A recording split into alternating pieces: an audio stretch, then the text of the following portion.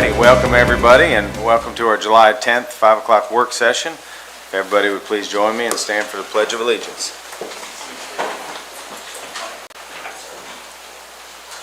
I pledge allegiance to the flag of the United States of America and to the republic for which it stands, one nation, under God, indivisible, with liberty and justice for all.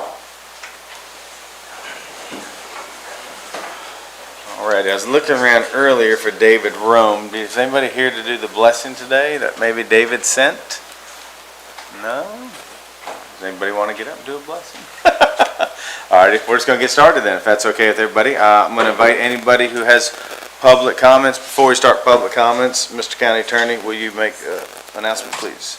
We would not be able to take any public comments on the Hickman Hill property, as that is a topic that will be discussed by the court today, and so any public comments would have to be regarding other subjects other than that one, as we have to stick to what has been addressed with the Planning and Zoning Commission.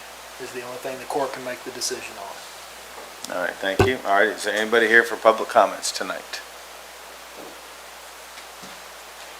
All righty, seeing none, we're going to invite Duke Wilburn up, our road superintendent, and give us a report on how things are going. How you doing, sir? Doing well. How are y'all?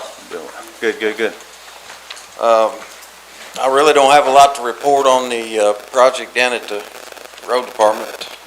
Last couple of weeks, they've had couple small issues that's being addressed right now, and some turnover of help as well. So it's been kind of slow for the last couple of weeks.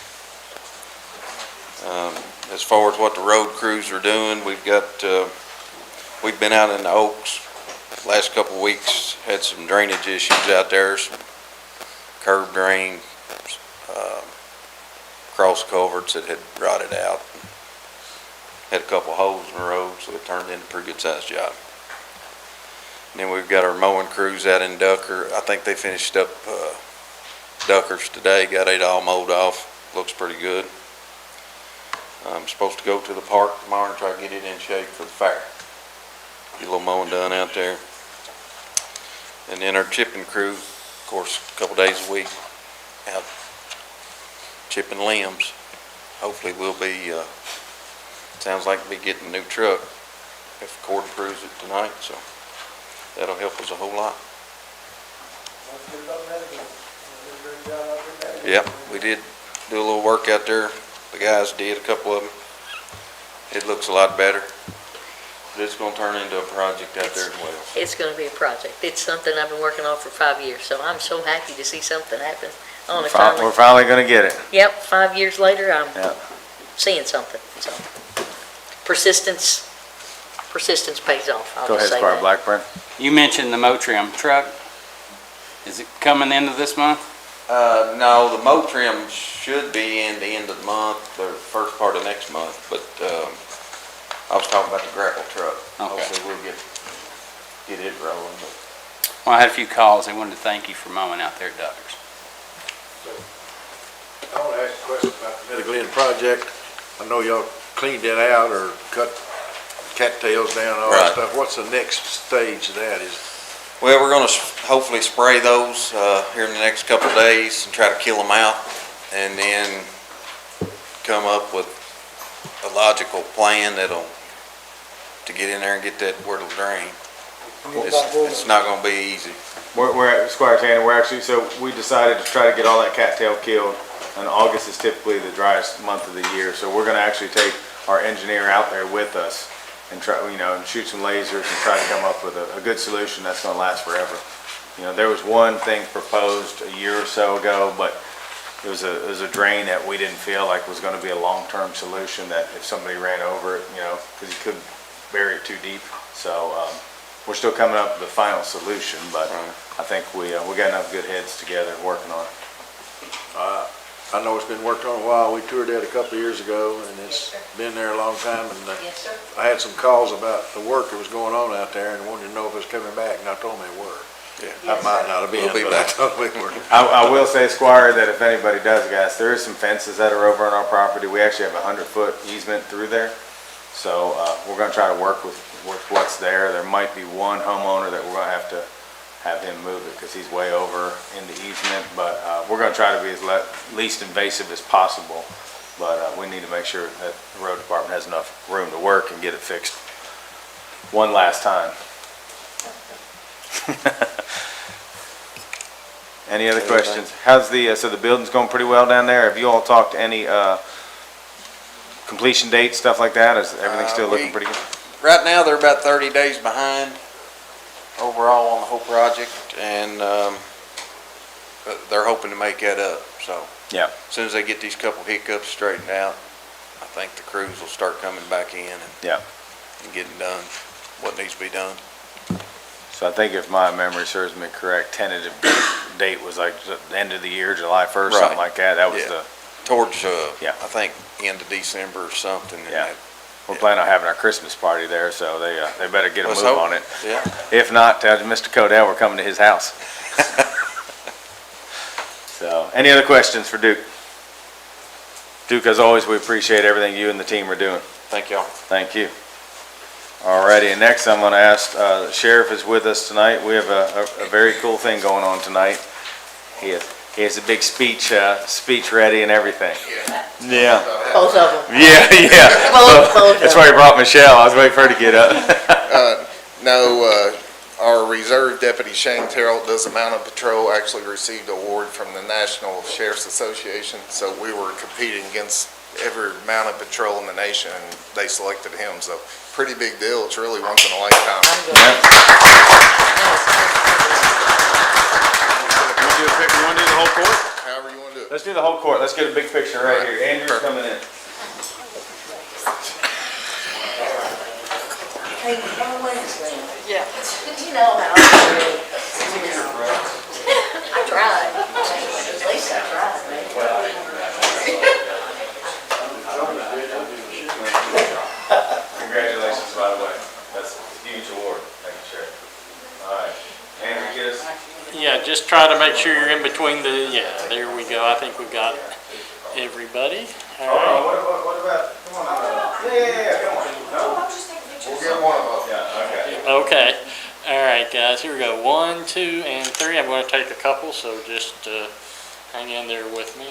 All right. 1, 2, and 3, and one more. 1, 2, and 3. Okay, perfect. We're going to get a... And you, come on. Have one open with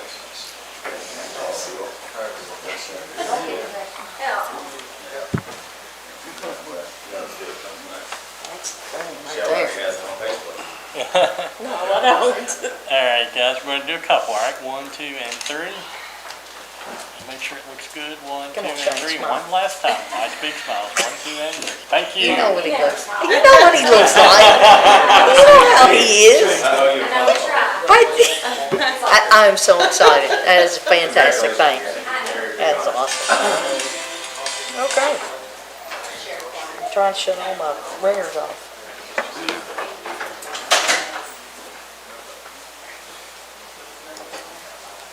Alrighty. Again, that is an amazing accomplishment. I mean, that's basically the United States there, guys. I think, Sheriff, where'd y'all go to, where was that picture taken again? Oklahoma City. Oklahoma City. Yeah, that's very, very cool. So, Well, that's it. and it's not an event unless you guys are there. So, not a county event. We That's appreciate exactly it right. Always. Yep. Well, good deal. Alrighty, I'm gonna go ahead and do judge's report. It's been a busy month as always. We had a lot going on July 1. Biggest thing I would like to, well, not the biggest, I mean, there's always a ton of things we can talk about, but let me get this here. A couple of us were at the Kentucky State Historic Announcement, $7 million grant they had awarded from the National Science Foundation for an agricultural research incubator that is partners across the state. With that, they're going to be doing tons of focus on agriculture, climate change. Biggest thing, and I think Squire Sebastian was sitting right next to me, and the way they're growing food is pretty phenomenal. They said they could grow how much food in 10 days? In 10 days, an acre. An acre of food, like a lettuce in 10 days. I mean, it's pretty cool Acre. stuff. It could change the Acre way of lettuce in 10 people days. could grow gardens at their own home. So That was a really cool event. July 1 also, and I know a jailer is with us in the audience. Tracy Hopper was sworn in and took duty at 12 o'clock p.m. at the jail, so I'm sure we'll hear from her in a little bit. 100th anniversary of the Kentucky Parks. That was a really cool thing the governor was at. So did you all know, it's a little fun facts, Paul Harvey, the state has 44 state parks, including 17 resorts, 13 golf courses, and then it goes on to talk about, lodging and historic sites, museums. So governor was there, was at the old Capitol here. They brought most of the staff in, so it was a really cool celebration that day. I had a Lakeview Park update, met with sports tourism, met with some of the members from the city was here, managers and things like that. So we talked about getting closer on the sports tourism aspect of what we've been talking about. Met with Frankfurt Tourism Director, Robin Antonucci, to go over some things. And then since then, we've also had an opioid task force meeting, jail task force meeting, and solid waste task force meeting, which is always interesting. And as we're looking at some new things for Franklin County here. Also want to talk about, met with Bluegrass Ad, had a meeting with them about a week ago. I know there's a lot of focus on broadband right now. And as you all know, the plant board's going to do that 883 homes, I believe. Still leaves us with about 1,100 out in the county. And I know that's one of our big focuses for this fiscal court. So there has been some things released from the federal government about the BEAD funds, but not a complete instructions of what to do and how to do. So I have been meeting with Shane at Bluegrass Ad about sharing some RFPs that they have that they're preparing. So once the final instructions are out, we'll have a meeting together and kind of decide how we're going to move forward on that. So just wanted to kind of share with everybody kind of my judge's report. So I'm going to keep moving, and we are going to just dive right into it. Any questions on the minutes from our meeting? Oh, before I forget, we have a guest clerk today. I don't know if y'all realize, but Miss Tina Peck is with us today, and she's super excited to be with us. Kim is on vacation, which I'm glad she's away with her family, getting some time in. So appreciate you being here, Tina. Any questions for our meeting on June 26, 2024? Seeing none, I believe the jail is up next. So Tracy and Laura, I believe Captain Smith, I believe, are here. And they're going to woe us with some great information about maintenance and water treatment. We're excited about this. Yeah, so this is actually the same contract with Adam Chemical that we brought before the court on the last court date. And on the last page is where they have amended the language in the terms and condition to auto-renew for up to 4 years. Thank you. Laura, did anything change on the financial impact of this, or is it the same thing that was presented last time? Everything is the exact Okay. same. It's just the terms. Just making sure. County Attorney, you've looked over this, everything's good? All righty, any questions, concerns, or comments from the court? Thank you. Thank you. I just want to add on day 8 of This is taking day on- 8? It's day 8, not Okay. that I'm counting, it's Oh, day no, 8. It's all good. We're moving right along, getting ready for our SAP and SOAR program. We were told that between August 1st and August 15th, we will receive our first clients. Really excited about that. Would love for you guys to come out and visit. I'd like for you to see where we're at now compared to where we will be. Matt Wilburn has been doing a fantastic job. We're just knocking things out, getting ready for that. Have a few minor bumps in the road, but we're ready to go. Perfect. That's exciting. We appreciate the update. Any questions for Ms. Jailer while she's standing here in front of us? I have a question about the contract. Is this done on a periodically, monthly, weekly, quarterly? Monthly. They come in every month and check all these things and make sure that the chemicals are being added correctly and that kind of, okay. I just want to know if they come. And if they need additives, they'll do that then.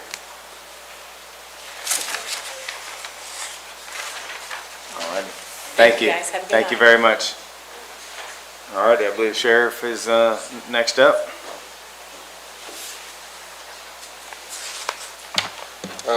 We only have one vehicle that we're surplusing this time, but it's going to go towards the cars that you all are buying us this month.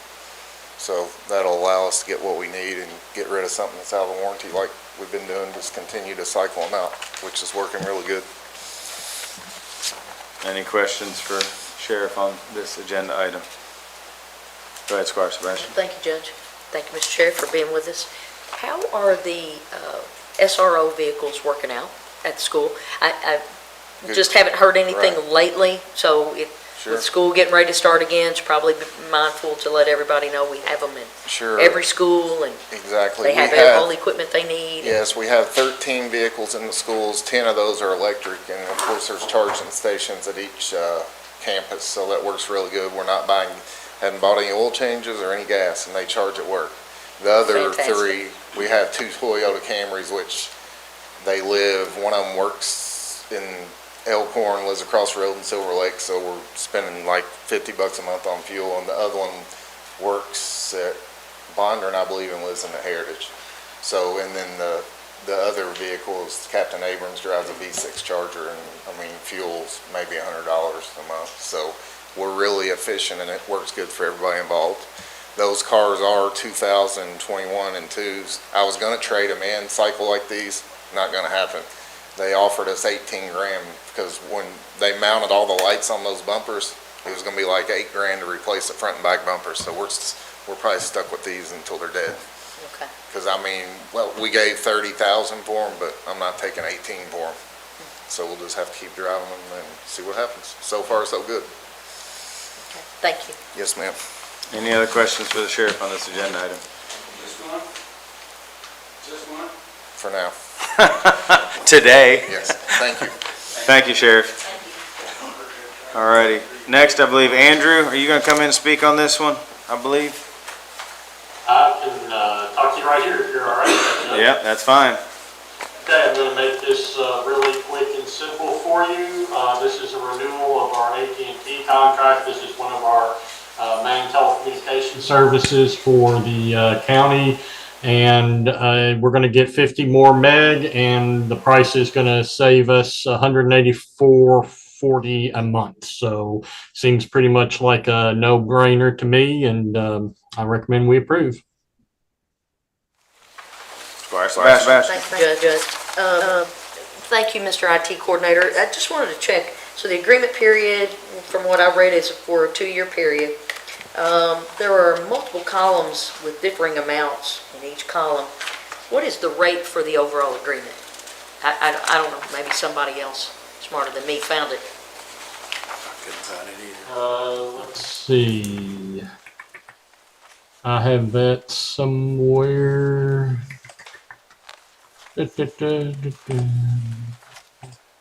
Sorry about that. Let's see. It would be important for us to know the amount of the contract trying to approve. So it's going to be 1381.60 with tax. Well, actually, that's not with tax. Excuse me, because we had them. Currently we're paying 1566, and so we're going to a month, and now we're going to pay $1,381.60 a month. Thank you. This agreement calls for arbitration, and any award entered and enforced in a court having jurisdiction. So my assumption is because we're a party to this body, request that if that happens, that it be done in Franklin. Typically, I know with some smaller companies and some smaller contracts that making that request to have all litigation in Franklin County, you have much more bargaining power. When you're dealing with a national corporation such as this, that bargaining power is not really there, I would say. And so I know that's a provision that the court typically likes to put in contracts, but I don't believe AT&T would bend to the court. Well, I know it calls for arbitration first. Correct. So having said as an arbitration panelist, I know how that works. So we may not even get to a situation where we have litigation. Correct. But just because the terminology called it for that any award would be entered and enforced in a court having jurisdiction. Certainly, that would be here, so I would just, I guess, put that on the radar screen of the court. If it ever, something like that comes to pass, we certainly want to be a staunch advocate for having that happen here. Yes. All right, thank you. Squire Tanner. I want to echo a little bit of what Sherry was talking about. And it's probably my problem, but I don't understand these three columns either, group 1, 2, and 3. It's far more than 13,000 if you add it up. And there is a reference to 5085, 578. That budget item is 60,000. And it didn't say used it all. I understand that part. And I'll be glad to vote for it because it says we're saving $184 a month, which is some $14,000 or $15,000.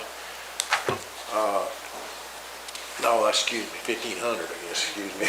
But anyway, by next week, you think we could get somebody to explain to me what those items are, or somebody here know? Andrew, are you confident that number is correct compared to what Squire Tanner just said? I just want to know the answer. What's in that line item? So this is not, and Amy can probably talk a little bit more about what's in the line item. This is not the only item, I'm sure, that comes out of that line item. In fact, we have multiple telecommunication services. We have telecommunication with the plant board. Does that answer that question? I was relatively sure that there's a lot more items under that line item in the budget, but I don't understand these columns. But if somebody could explain, next week would be fine, next meeting. I mean, I think they're just showing different options and different rates. It's my understanding. So which one are we going with, Andrew? Yeah, so we are going with the 150 megabits, and we have 46 call paths.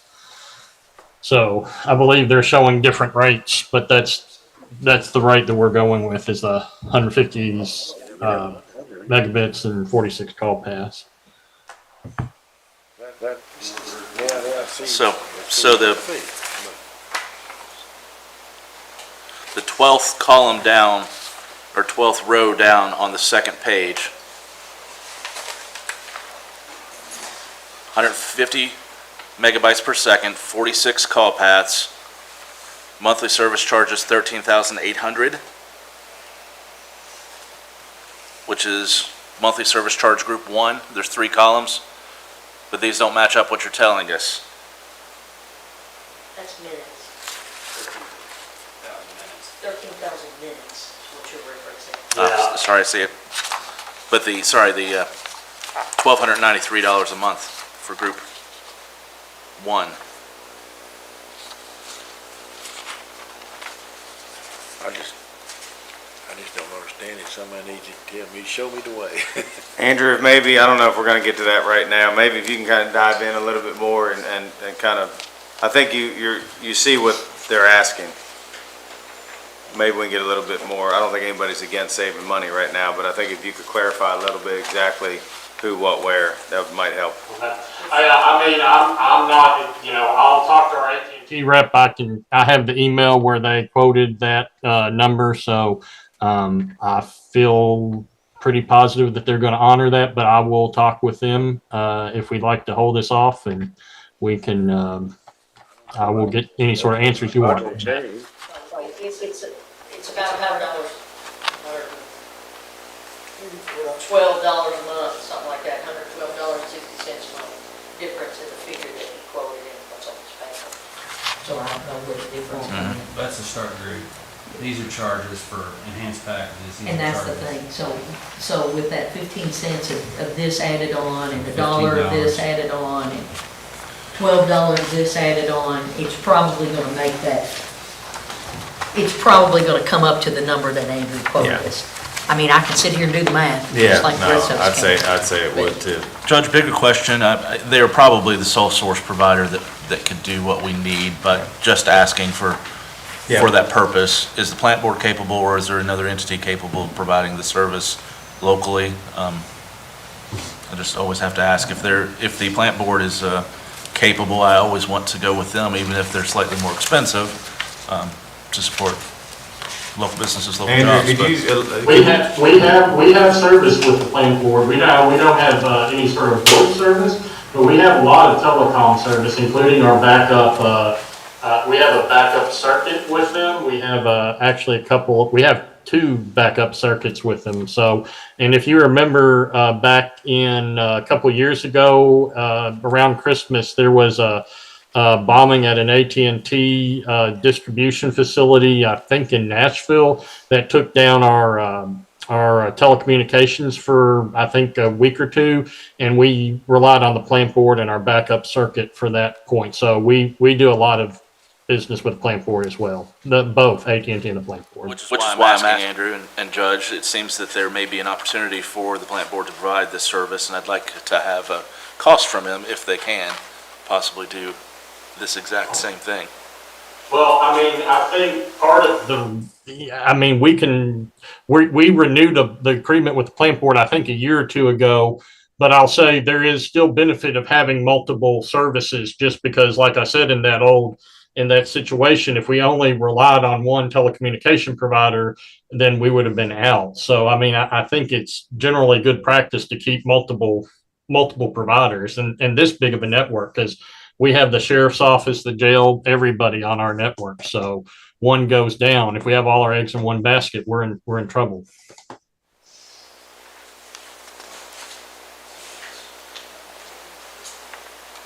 Okay. Everybody good? Andrew, thank you. Thank you. Can I hold off on this for tonight, or? I'm okay to vote on it. Where you all at? I'd like to see some questions answered, but just because what we were handed here is not something that you can sign that says concretely what a cost is. Well, he may have that. Thoughts from the other members? I mean, it isn't listed in here. I don't know, maybe Well, I'm willing to go on, but I'd like to see that information next week. It's just a supplemental somewhere. Andrew, do you have the email that they sent that might break it down a little bit? Would any of that help, any of the squires? I mean, I'll be glad to send the email from her with the quote. I can send that out if that helps. Yeah, I can send something out if that'll help here right now. But basically, you had something from them that basically says this is our price for the year, correct? Yeah, I've got an official quote. I should have included that. That's I apologize on that, but I can send that out right now to the entire court via email. Or maybe we could get some copies of it if we're gonna vote on this tonight, just so everybody could see it while they're sitting here. How's that? Yeah, I can make copies too. That'd be great. Yeah. Thanh you. So is there a motion to table, or is this just? Is everybody okay if we do it that way? I don't know. I'm ready to Was there a move on motion? with it. Well, he was I'm just asking for clarification. Were you asking for a motion to table this until another meeting, or what are you asking? I was asking the comfort of the court, because the contract doesn't have our actual cost in it to sign, which has a place to sign, but it's not listed. We can amend and write that in if Andrew has that. He'll bring it. So are you asking then to table this until another time, or are you wanting to move forward with it tonight? Just for clarification on what you are actually wanting to do. It'll be dependent on what Andrew gives us, I suppose. Okay. We can circle back to this, and I'm gonna leave this one sitting out. How's that? Yeah. Okay. All righty. Chief Brewer's with us, it looks like. How you doing, sir? Good and doing well. Me and the court, hope everyone's doing well. So this item is authorization to purchase vehicles for the fire department. These are vehicles that were budgeted in this year's fiscal budget. One is going to be a replacement for our current rescue truck that is a 2012 model, and the other, we're replacing a truck that's also 12 or 13 years old. Both of those have several miles, well over 100,000 miles on those. Went through state master agreement, and prices are there, the recommendations are there, to purchase the vehicles from Bachman for the prices listed. I'd be happy to answer any questions on that. Squire Wisman. Yeah. So Chief, thanks for being with us. Could you, I noticed one thing I just wanted to clarify. in the quotes, that the quotes from Bachman is for 2024, and some of the others that did not bid did so because they were trying to price a 2025. Is it just because they weren't able to get a 2024, so there's a discrepancy? Yeah, there wasn't, Probably. from my understanding, there wasn't anything in stock that met those, So they trying to couldn't. quote them apples to apples. So they couldn't provide the pricing, so they had to do a no bid on there. Okay, I just wanted to clarify that for us. Thank you. Squire Sebastian. Thank you, Judge. Chief, thank you for being with us.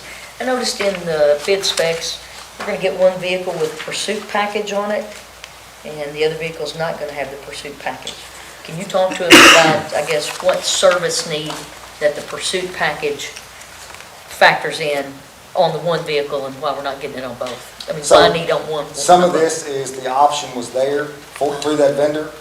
That pursuit package already has a lot of the lighting requirements. It's already built in from the factory. You know how everything is. When you buy something from the factory, it's done better than if you have to do it aftermarket. So that gives us an option to be able to outfit that truck at less cost on our end and add some of the special circuits and things of that nature that's required for our lighting. The other truck, the ton truck, that's just not a common option that you see on a truck of that size. So they very rarely have provisions for that. Does that pursuit package, does it offer any kind of thing with the durability of the frame or anything like that, or it just offers the ability to enhance the lighting so that we don't have to put as much lighting on it later? I'm not aware of anything it does for the frame. It's more just for the type of use that it's going to be designated for. Okay. So as an emergency response vehicle, it kind of pre-sets it up to be easier to do all the final setup once you get it purchased. All right, thank you. What other questions do we have for the chief on this agenda item? Can't make it too easy on him. So everything came in where we thought it would per budget, things like that? Yeah, we budgeted right about those numbers for those vehicles, figuring they were going to be right around the 50,000 mark. The command vehicle was a little bit over, but we didn't expect to find one with the pre-set up for the lighting packages, so that saved us some. So it'll all kind of work out? It'll all work out. Yeah. And then the vehicles that you're going to be replacing, Rescue 10 and the other one, what will happen with those? We will surplus those unless another department finds a need for them. Okay. All righty. Any other questions for Chief? Chief, thank you very much. Y'all stay safe out there. All right, next I believe Ally's with us. How you doing, Ally? I'm doing well. Good evening, members of the court.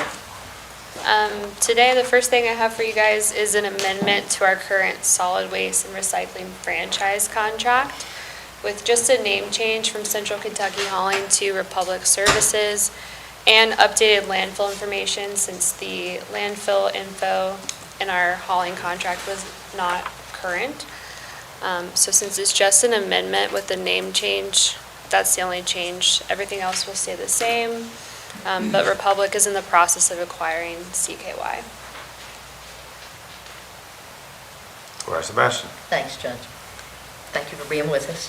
So do you know if the fuel surcharge, which was a separately voted upon item and was attached to the hauling contract separately, will that be included with this asset transfer, or is it something that we have to, again, go back through? Because if you recall, that took us about 3 meetings to come to that number, and there was a lot of work on that. Yeah. So, or does it just negate it and it goes away? I'm gonna let Ally answer that. It will not be a part of this amendment. So So it goes away? the fuel will not be included in this since it's not in the original contract. Yeah. It will go away. Republic is hoping that we can examine our options with looking at fuel recovery, but as of now, no, we would not be doing And we have a that. gentleman So- here with Republic. How soon does this, will we see it in the month of July and then not see it beginning August, or I'm just trying to make sure I As far as billing, understand. Todd, do you know that answer? Like, Hey, if this Todd. were to pass tonight, then like, what does the billing look like? I don't know the answer to that because it just came about today. Yeah. It's all new to me. We're going to not change anything right off the bat. I can't speak to the fuel right now because I got a call from Tim about 15 minutes before I walked in. So we haven't had a chance to even Okay. examine the amendment or anything like that, so. Has the purchase, have you guys officially purchased CKY? So has it been signed off on? Yes, but it has to go through that probate period, I guess is what they want to call it. So we officially take over August 1. So August 1st. Okay, so the August billing. All right, thank you. Thank you, Todd, thank you. Judge? Well, a couple of things there. So if the final transfer hasn't finished until August 1st, maybe we have a little time to look at this. We had a solid waste committee the other day, but I had to be late from a jail meeting, so I'm not sure how deep they got into it, or the task force, sorry, met, not the committee didn't meet yet. So my concern with the contract that we had was we were not getting many of the services that we were paying for, particularly some educational components that were wrote into that contract, some other assistance. We've talked over and over and over in the committee about some problems about fulfilling the contract in its entirety. I'd kind of rather hold off on this. It seems like we have one more meeting that we can surely make a decision on the contract and maybe negotiate a little bit more before the August 1st turnover of the business, because I would like to be very clear on the services that we were not satisfied with in Central Kentucky's operations and how those are going to be met going forward. Fuel surcharges is one thing to discuss, as well as some of our rollout of some other things. I don't know, Ally and I haven't had a chance to talk. Central Kentucky was about to do a whole program for us, putting stickers on every can in the county that you've already ordered, right? Mm-hmm. I'm not sure how that's going to happen, so I kind of want to have some of those conversations before we approve this, because I'd like to maybe make some other amendments that ensures our position a little better for our residents. Sounds like to me that there's not a huge hurry. They haven't officially taken over till August 1st, so the current contract isn't still in force until that point in time, and we have one more meeting before then. Yeah, some good points. I just want to say that, so they're absorbing this contract, so education and outreach is part of CKY's contract. To my understanding, we met with Republic 2 weeks ago. They have a pretty extensive amount of resources, and so they're more than happy to uphold that contract and help with education and outreach. I gave them the decals, a couple samples that we have for the cans, and they're talking internally about the logistics of getting those on the containers. So they're going to do that as well in terms of communication, education, and outreach. And then, to my understanding, if we're going to amend the contract further, I think it has to go out for bid again. So that we get to keep this, we're locked into this price because it's just a name change. But if we're going to make more changes, then we have to reevaluate the franchise contract completely. Max, that's what the question I was gonna ask you. If we get messing around with this contract, then we're, I can tell you, once you start changing the material terms of the contract and start trying to add and change things, it will, you're talking about having to bid stuff over again.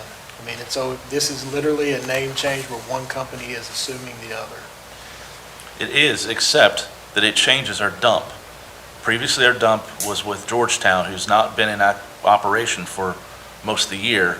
So we've been out of compliance with our contract the whole time, which frankly gives us a little leverage to do something a little better. But we don't necessarily have to adjust the contract, but we can have some assurances that the new company signs that they're going to continue things that Ally has said that they've agreed to do, but I'd like to have a little bit more than a verbal that we're not going to get an additional fee assessed after the fact to put those stickers on that Central Kentucky already agreed to, and that they're going to make sure that they do that $10,000 worth of education every year that we've been paying for and not getting the full benefit of for the last however many years from Central Kentucky. So you can speak to that, but they're all problems I want to bring up since we're here. Thank you, Squire. I appreciate that. And I can tell you that our whole intent and purposes is that we are going to abide by whatever's in that contract. If there's education in there, we're going to do it. If there's outreach we need to do, we're going to do it. You're going to see us in the community. I don't know how often CKY was in the community, but you're going to see us in the community. You know, I invite everybody on the court to come out and visit the new energy plant. I know a couple have been out there. It's fantastic. It's a really neat thing.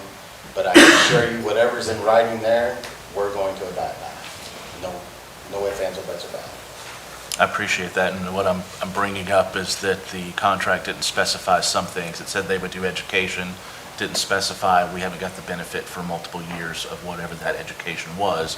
The last contact tried to argue that sending out an annual postcard was their extent of education, but that was already in the contract in another area. So I just want to have some clarifications, and it sounds like we have time. If there's no need to rush, I'm never one to rush into things when there's further conversations that may be beneficial. Yeah, and one thing that we do work with is Bluegrass Green Source. I don't know how familiar you are with them. They work through the schools with us.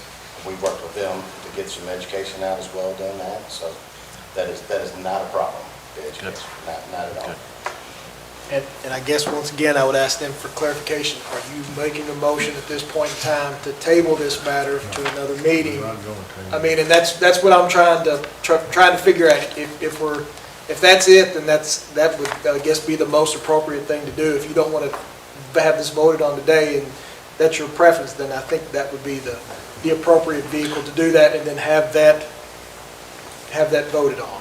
Before I make that motion, I was trying to ask the courts what they feel, because I'm the only representative of our court on the Solid Waste Committee, and I'm expressing some of my concerns and things that have come up, so I want to express those to everyone and sort of say, here's our position, and what do you all think first?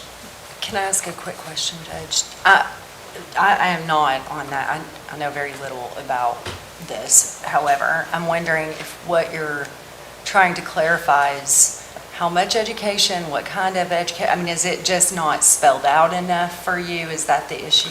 Well, the current contract doesn't have anything really spelled out, and Right. it hasn't happened. We've been paying $10,000 a year and having an argument back and forth about getting what we were paying for. So it sounds like there's no real definition of what Right. education means or how that, what that's going to look like. But we have some current initiatives that Ally's doing fantastically Right. Oh, I with, that know. we're getting ready to roll Yeah. out with school districts, so it might be nice just to clarify exactly, Yeah. what Republic's going to support us, because their efforts with Green Source through the school system may be beneficial in what she's doing already. So it'd be nice to have those clarified, as well as I don't want to make sure that we're not going to have additional fees and things that Central Kentucky Hauling said that they would do for us that isn't anywhere in our contract right now. Is particularly putting out those, 30,000 stickers on dumpsters for us that they thought would take a couple of weeks to do. I want to make sure that it isn't going to come back as an additional cost. So Ally, can I ask you, do you know what we need as far as education goes? You do both of those things well. So do you feel like this is something that you would be okay with and would be helpful, is to define this further? I agree that I would love more specifics in here about what education looks like. Okay. Let's see, right now it says that they have the responsibility to distribute to local media, like what's recyclable, and then publishing it in the paper and sending it to household annually about what's recyclable in the county, and then information regarding bulky waste collection. So it doesn't outline anything specifically about outreach in the schools, which would be really helpful to have in addition to that. But when I spoke with the state, anything that we're amending or revising or clarifying further, other than a name change, has to be completely put out for bid again. And I will say, Ally, the meeting we've had with Todd and Tim and them, I mean, I feel like they're a good company and they want to work with us. I mean, they're not going anywhere. They're in our community. Mm-hmm. So- They've been doing education in schools and working with Bluegrass Green Source for other counties. Well, So, he said they would uphold that contract and stand behind it, so I take him for his word. Squire Tanner. Well, I agree. Tammy, I think, and this could be not exactly right, but I believe that contract is up 1 year from September. Is that correct? yes. So then if we want to negotiate stuff on the next contract, then we need to start now. But to try to amend this contract now is not going to do anything but maybe cause issues that we can't resolve within a month. And we need this contract done because with the people of this county is looking for us to pick up the garbage Well, so I and the wonder, recycling. And under the current cost, it won't go up, or we've already got a budget number in here for this July, and it will not go up. He's committed to that in public. So to table this matter, I don't think gets us anywhere except, and I appreciate your comments and bringing up the education components and all that. We need to work on that before the next contract. And you can have some time to figure out exactly what we want in there, and then we can see how much exactly that's going to cost. But right now, shooting in the dark. Judge, What about I this? wonder if we could agree to, and I know it wouldn't be in the contract because we don't want to change the contract for you. I mean, that seems ridiculous, but I wonder if we can ask for just some definitions for our knowledge so that we understand what education means, what that looks like. I trust that they're going to do what they say they're going to do. If they say they're going to do this, I trust that they're going to do that, but maybe we could, I don't know that we need to wait to vote on it, but maybe we could come up with some definitions so we all understand exactly what we're doing here. Would that Go be ahead, Todd. possible? Yeah, I think that's a great idea. In other counties, they kind of, not really dictate, but they give us a preference on where they want that money to go as far as education goes. We're obviously open to that for sure. Ally, are you comfortable with that? Yes, I am. Okay. I want to validate that CKY was not upholding parts of the contract, and that is The only time I've had to frustrating. present this to this court, I wanted that to be very clear that what we were paying for, we were not getting the full benefit of, and it's been a complete hassle for Ally in her new role to argue with those folks constantly over what we were paying for. So it's our chance to change it. We are very nitpicky over contracts all the time. So I wanted to bring that, and actually, I still want a clarification, because this contract changes the landfill. Benson Valley was not the first and foremost. Max, if you could answer for us, because that, in my mind, is a contractual change beyond the name. In its broadest sense, I don't necessarily want to go out to bid, because we know how that's going to result. But I want to verify that we are within compliance, so we don't have to bid, because we are moving landfills that we've already been going to, but not within the confines of our contract as it was agreed previously. I believe that we are in compliance. Thank you. Yep. My contact with Division of Waste Management, since the landfill, that they consider that also a name change, luckily, so. All right. Todd, thank you Thank for you, being guys. with Thank you, us. And then Ally, let's work and maybe Thank you, Squire Todd. Wisman to kind of get a wish list of, to Todd's point, how those funds want to be spent in Franklin County, and I think that can be all worked out. Yeah, we definitely want to hold our hauler accountable to Yeah. following the contract, for Yeah. sure. The next thing I have is I'm seeking approval to enter in an agreement for the purchase of a grapple truck, utilizing a cooperative purchasing agreement with Best Equipment Company through Sourcewell. So the grant with the state, the composting grant, they agreed they don't pay for vehicle purchases, but they're covering the cost of the grapple arm and the truck. Let's see. I forget what it's called. The truck body. Cab and Those will chassis. be covered. Captain Jesse. Yep. And then the chassis, already the vehicle itself is budgeted for. So Duke, do you want to, I'm going to call you back up too, if you don't mind, because to me, this is kind of a collaboration between solid waste and the road department, because obviously they're the ones that are picking limbs and things like that up. So the thought was, when we all met, that this would really help us. One person could be out picking up limbs instead of 6 people now. But why don't you tell the court a little bit about the truck and talking to the mechanics and your involvement with Ally in this decision, please. We actually budgeted $100,000 for the cab and chassis to go along with this grant that Ally's gotten for the arm and the bed, or the body, whatever you want to call it. And I brought the specs to the mechanics, let them look over it. They were good with everything as far as the truck goes. It's my understanding that this truck is already built. Oh, wow, it is. Actually ready for delivery. That's a first. So when I talked to the fella, and I don't remember his name, but he talked like when we signed the contract, we should have the truck in a couple weeks. So, and it will save us a tremendous amount of labor. Right now, we're usually running 2 guys on the chipper 2 days a week, so, we should be able to cut that down to 1 man operating this truck. Not all the time, we're still gonna have to use the chipper, but it'll cut labor down a whole lot, free up a man. So, it's a huge help. And I think I've heard the court this entire year and a half say, let's get that road department back to doing road department things. Right. So this is to me the way to get that done. Some people said it last quarter. We did too, but, we're still providing a service for the community, that's good, and I know there's some more guidelines on it, but, this to me just makes total sense. And Ally, I want to say congratulations on the grant, or Tammy, whoever got this grant, it's a big one, so, any other questions for Ally or Duke on this line item?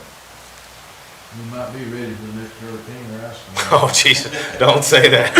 Don't say that. It's coming. Yeah, well, let's hope not. All righty, thank you.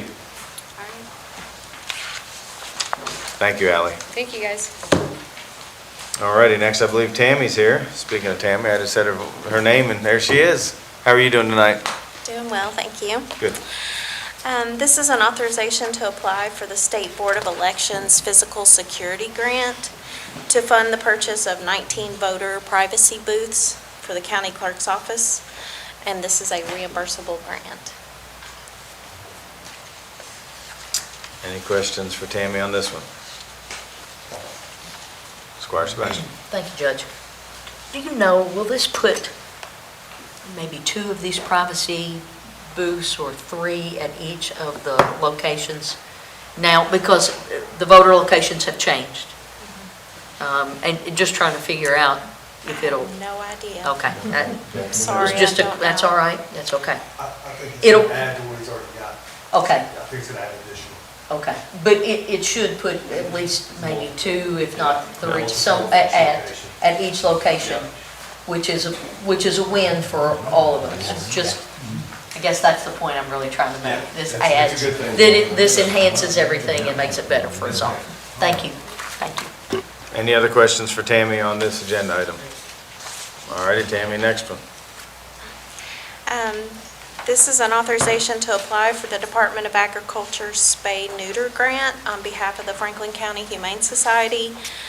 We will apply for the maximum amount of $1,075.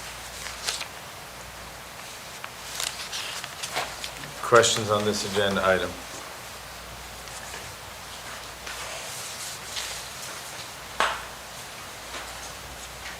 I'm just going to talk about the elephant in the room. And I know right now, city and county are going through some times with the Humane Society, and we're trying to figure some things out and understand where each side is sitting. But I will say, the service they give for spayed and neuter animals helps our community.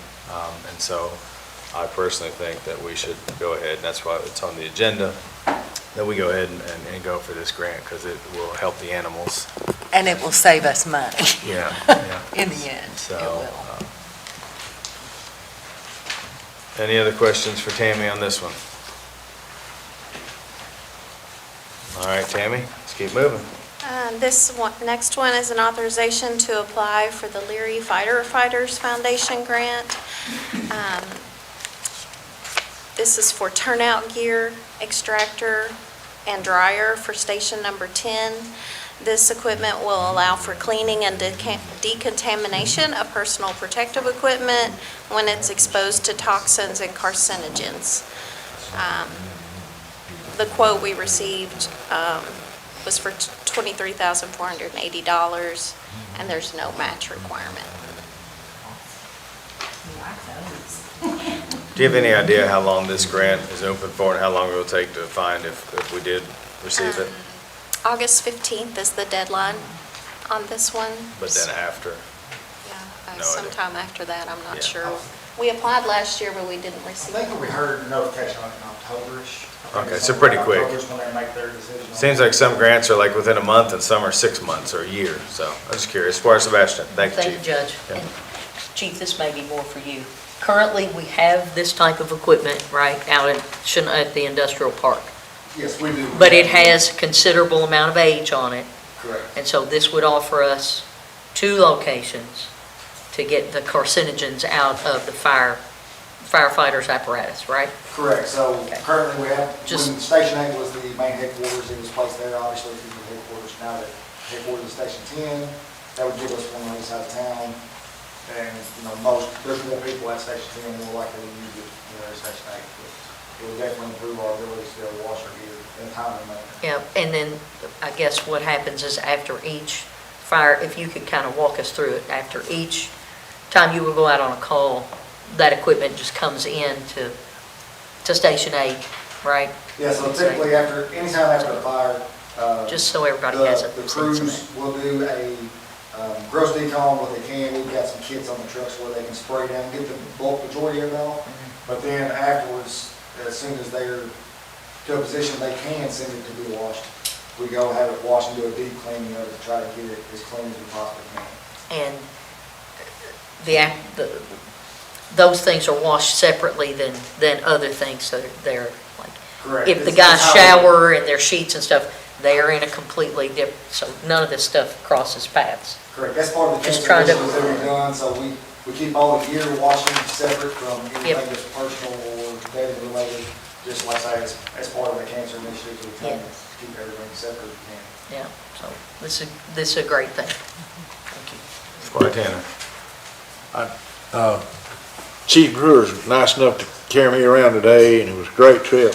I saw the equipment he's talking about, but I have, and fire trucks and rescue vehicles that we're trading in. I mean, it was a great trip. Y'all should impose on him sometime to go yourself. It was great. The hazmat out in whatever it is, Lucas Lane, number something. Okay. 5. But anyway, the question I really have, what I'm getting around to, I guess, first of all, I appreciate it. I really do. I've learned a lot about the fire control here in Franklin County. The question is there going to be a plumbing hookup cost to making number 10 accept this equipment if we were to get it? So we've looked at the bay there at Station 10, it'll be minimal cost. There's already some drain pipes that we can tap right into. The electric is really close, so running the circuit, so it would be minimal cost if we were awarded this grant, that we could make that happen. Chief, I have to tell you, Squire Tanner told me he's a little upset today that you didn't have a fire pole he could slide down. Yeah, no kidding. Just had to let you know. Thank goodness you're all one level, buddy, I'll tell you. He was looking forward to that. I'd pay for that video. Sliding down wouldn't be too hard, getting up it might really be. All righty. Chief, Tammy, thank you. I have one more. Yep. All righty. This is an authorization to apply for the Firehouse Subs Foundation grant to fund a new crew cab side-by-side utility terrain vehicle, which will assist firefighters in medical response and fighting wildland fires. This UTV will also be located at station number 10, and to allow for quick deployment to all areas of the county. The UTV is capable of carrying up to 6 persons, water for fire suppression, and tools and equipment. The estimated amount of this UTV is almost $18,000.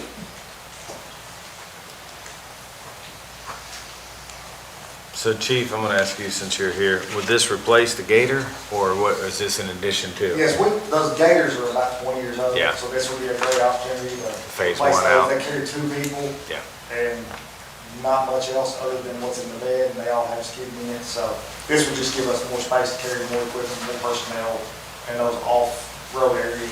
And is the equipment that are in the Gators now able to be moved into the bed of this one?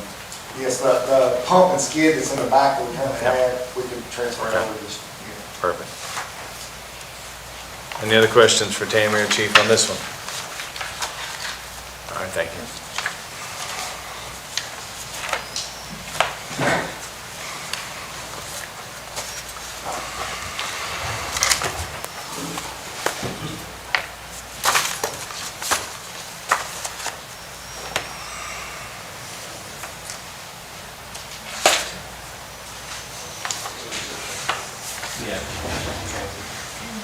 I'm gonna give this to Kelly.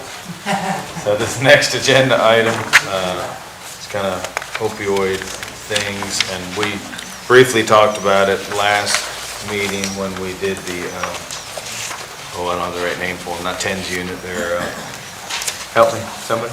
The net recovery. Net recovery. Yes. I was gonna say net life, I was right there, it's like TENS. You got, it's. But for the brain, right?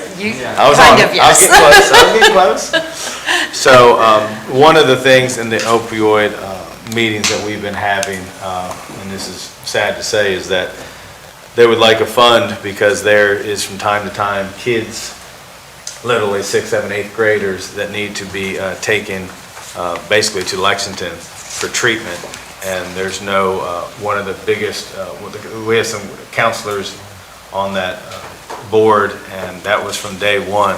They said transportation is a big, big need. Now, transportation in Franklin County is good. We have a lot of churches, we have a lot of nonprofits that are helping with this, transporting a child and his or her mother or guardian. But I didn't realize this isn't even something I've ever experienced, but kids that are having problems or needing a detox have to get to Lexington, basically. Yes. Kelly, how did I do on that? You did great. And can I just add to that, we often have things, that we offer in Franklin County, presentations, mental health stuff that we do around here that schools want to go to, or, clubs after school want to go to, and some kids cannot get there. There are a lot of transportation issues that families have.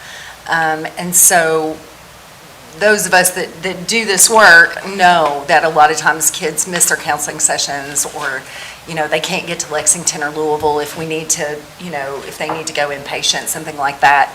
We can't make it work unless they're sent to the ER and then taken in the back of a sheriff's cruiser or something, which we're trying to avoid.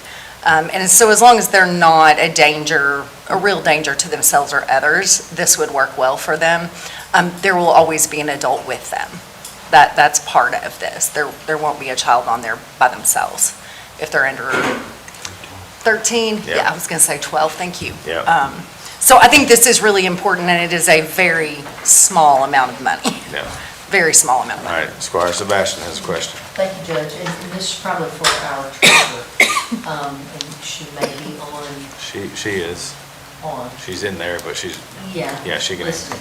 So do we need to establish a line item in the budget, maybe a sub-line item for transportation with an amount from the settlement funds?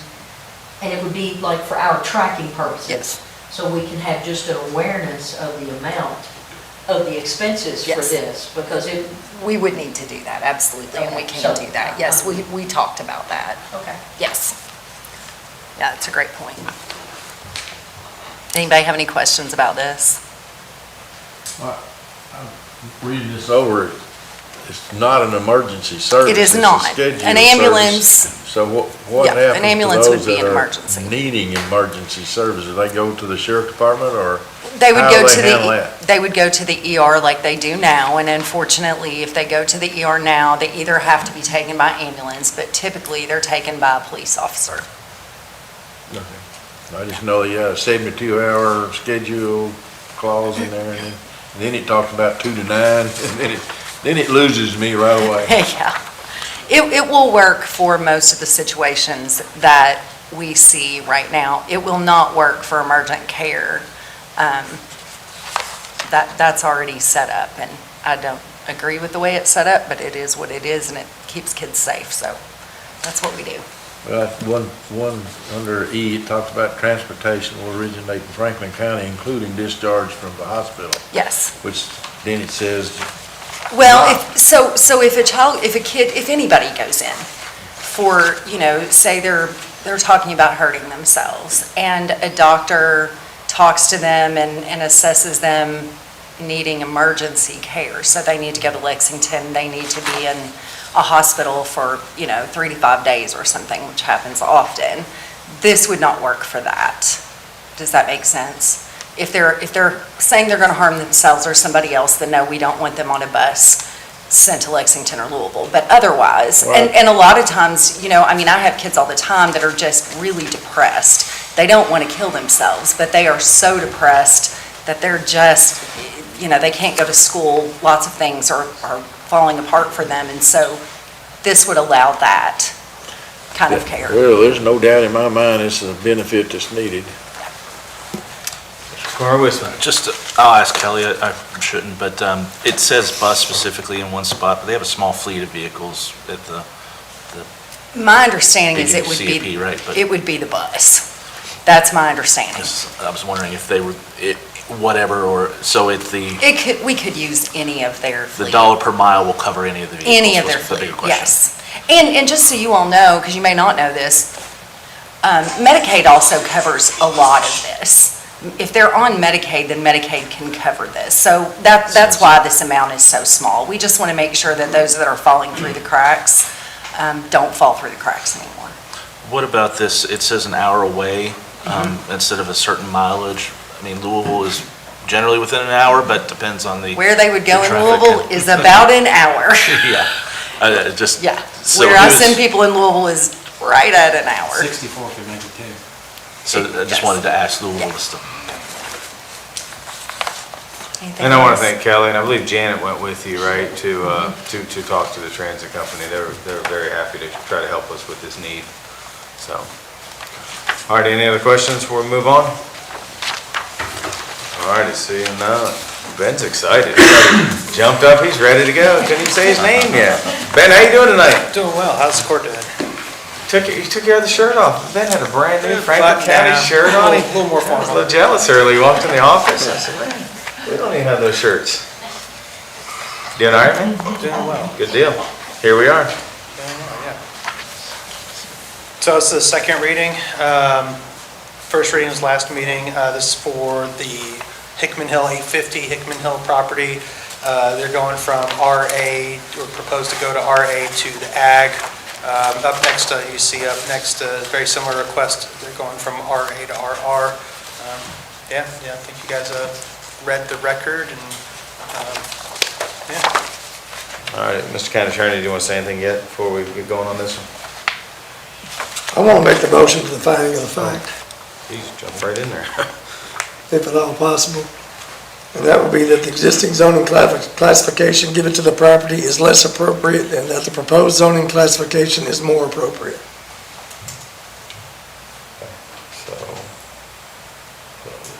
So I guess the clarification on that is, for that finding of fact, are you wanting to change the recommendation from the Planning and Zoning Commission?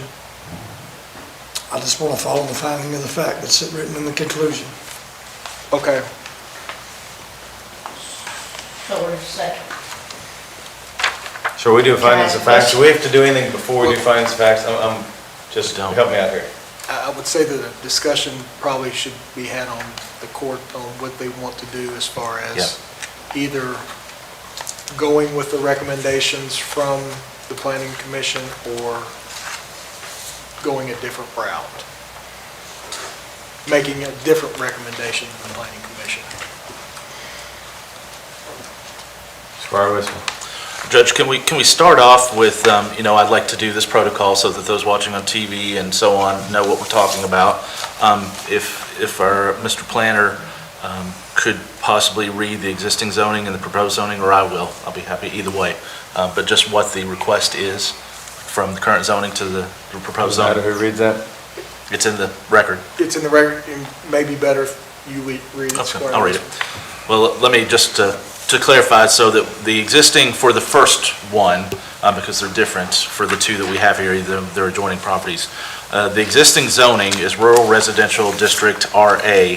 The purpose of this district is to establish and preserve a quiet, single-family dwelling neighborhood free from other uses except those which are convenient and compatible with the residences of such neighborhood. The district is a low-density, large lots, single-family dwelling district, but requires a full range of community facilities, including being served by public sewer or approved sewer treatment facility. And the requested or proposed zoning for this is Agricultural District AG. And the purpose of this district is intended to recognize agricultural land to establish regulations which emphasize agricultural production and preserve a rural character. And then if I can continue, I believe it was unanimous within the findings that were presented to us to deny the zoning application by the Planning Commission. And question, the resolution that was written seems a little different than our usual, and maybe that's just because we've had a staff change and writing styles are different. But it is to support the findings and the decision by the Planning Commission, and I'm prepared to do that.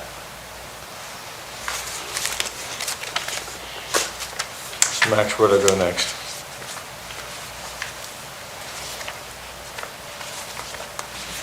Mr. Squire Hare threw finding the fact out, now Squire Wisman's throwing something out, so I just want to make sure.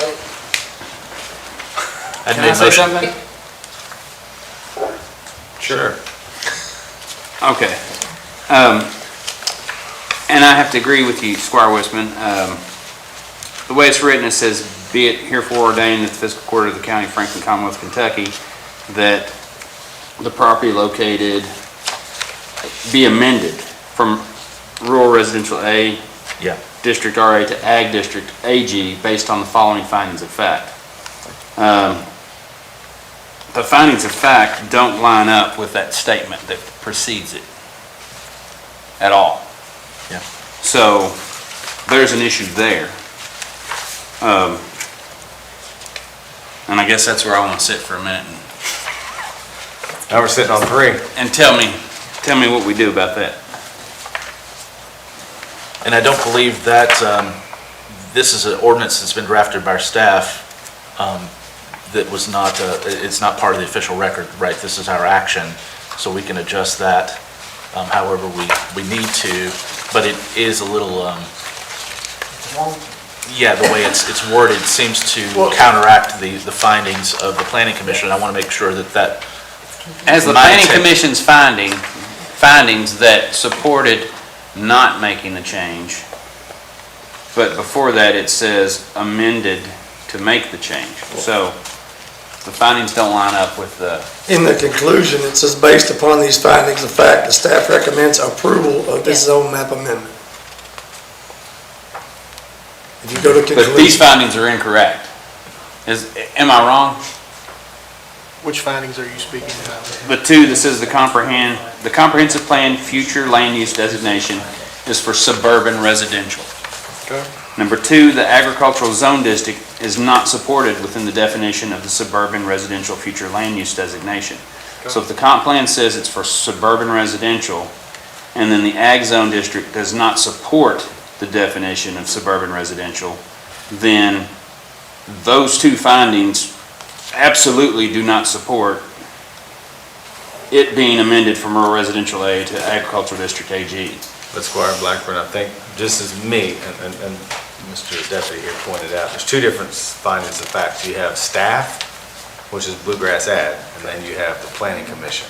Right. So staff, Bluegrass Ag, said to approve it. Correct. And then the Planning Commission denied it.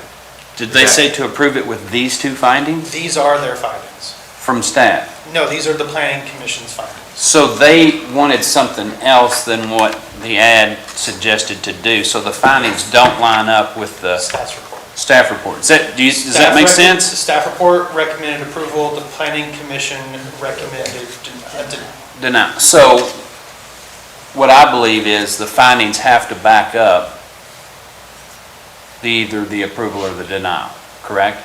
Well, I don't know, Ben, just don't say anything. I'm not getting water in this one. So I'm gonna, I apologize, I don't mean to say that in a rude way, but we've been down this road before, So not Judge, us. could I ask, my intention, and I'm ready to make a motion effectively to support the findings and the action of the Planning Commission to deny this application. That's my personal decision here. Would that be sufficient, or do we need to find new findings of fact to support? We can't do new findings of facts, I know that. Yeah, we can. Go ahead.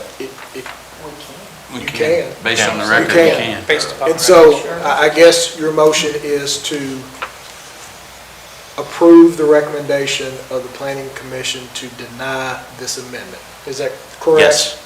Okay, based upon the findings that the planning and zoning commission set forth in their recommendations, which would be the two that are, I guess, contained in this ordinance. Is that correct?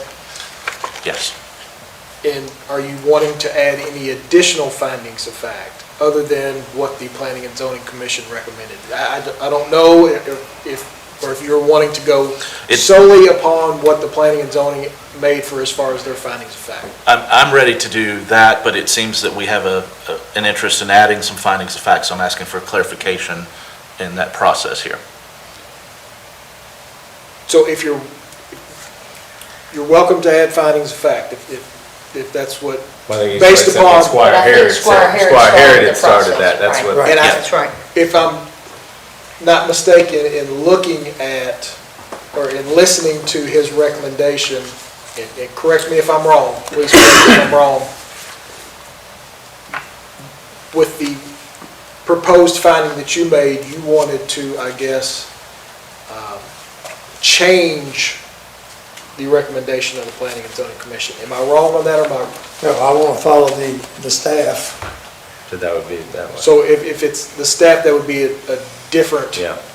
A different recommendation than the Planning and Zoning Commission made. Because staff made one recommendation, according to the record, and Planning and Zoning made that was another for approval. recommendation. Yeah, Okay, so you want to, they're on opposite sides. based with that finding, approve, and I just want to clarify, you want to, I guess, approve the zone change based upon The findings and facts. that finding of facts? Yes. Okay. So I guess we've got then two motions. We don't have any direct motions yet. Well, I think it was a motion for that finding of He fact. didn't have a motion. So You didn't have a second, so it's not taken So- precedent yet. we probably need to address, well, we do need to address his motion first. So just for clarification, you're wanting to move to amend, or move to approve the amendment of this parcel of property based upon that finding of fact that you stated? Correct. Okay. So I think that's a motion, and I don't know if there's any. So now do I ask for a second on that one? Needs to be a second for discussion on that Yeah. purpose. So I'll second it just for discussion purposes, because we're already talking about it. Yeah. No. If you all want to discuss that, and if that's, Can we repeat the motion one more time? I want to make the motion to the finding of fact that the existing zoning classification given to the property is less appropriate and that the proposed zoning classification is more appropriate. Based upon these findings of fact, staff recommends approval of this zone map amendment. Page 10 of 26.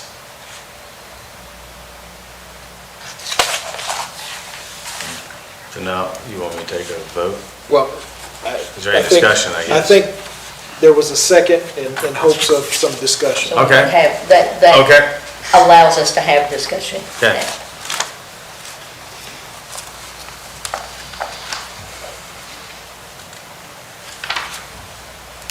Any discussion? Judge, I read the zoning classifications.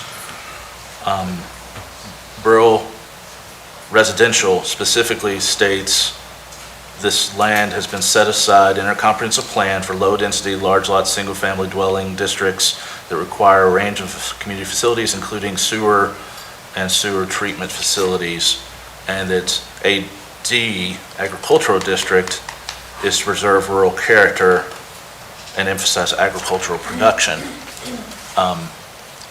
The future intended use of the land makes no argument. In the request, our comprehensive plan states that the future land use for this property should be RA. From the record, I don't see support for the motion that's just been made. So we can just have a conversation now, right? That's what we're doing? I want to make sure. My Yeah. question to you, Squire, would be, but there's no sewers there, right? They're directly adjacent, and I believe we're expanding sewers in that district currently, are we not? Not that I'm aware of. Not that I'm aware of.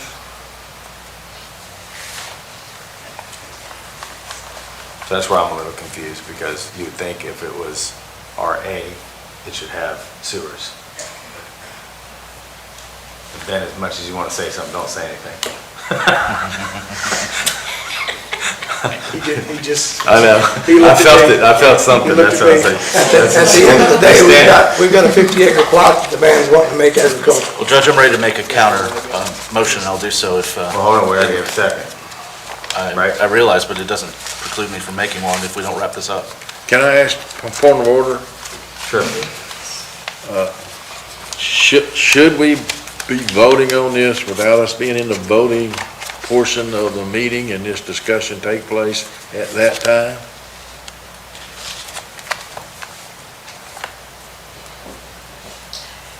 This is the argument that I've been making all along, that we can make and take action anytime that we're We together. can. I don't disagree with that, but we don't customarily do it. I know our work session should include that in the minutes, though, because the action and conversations like this take place.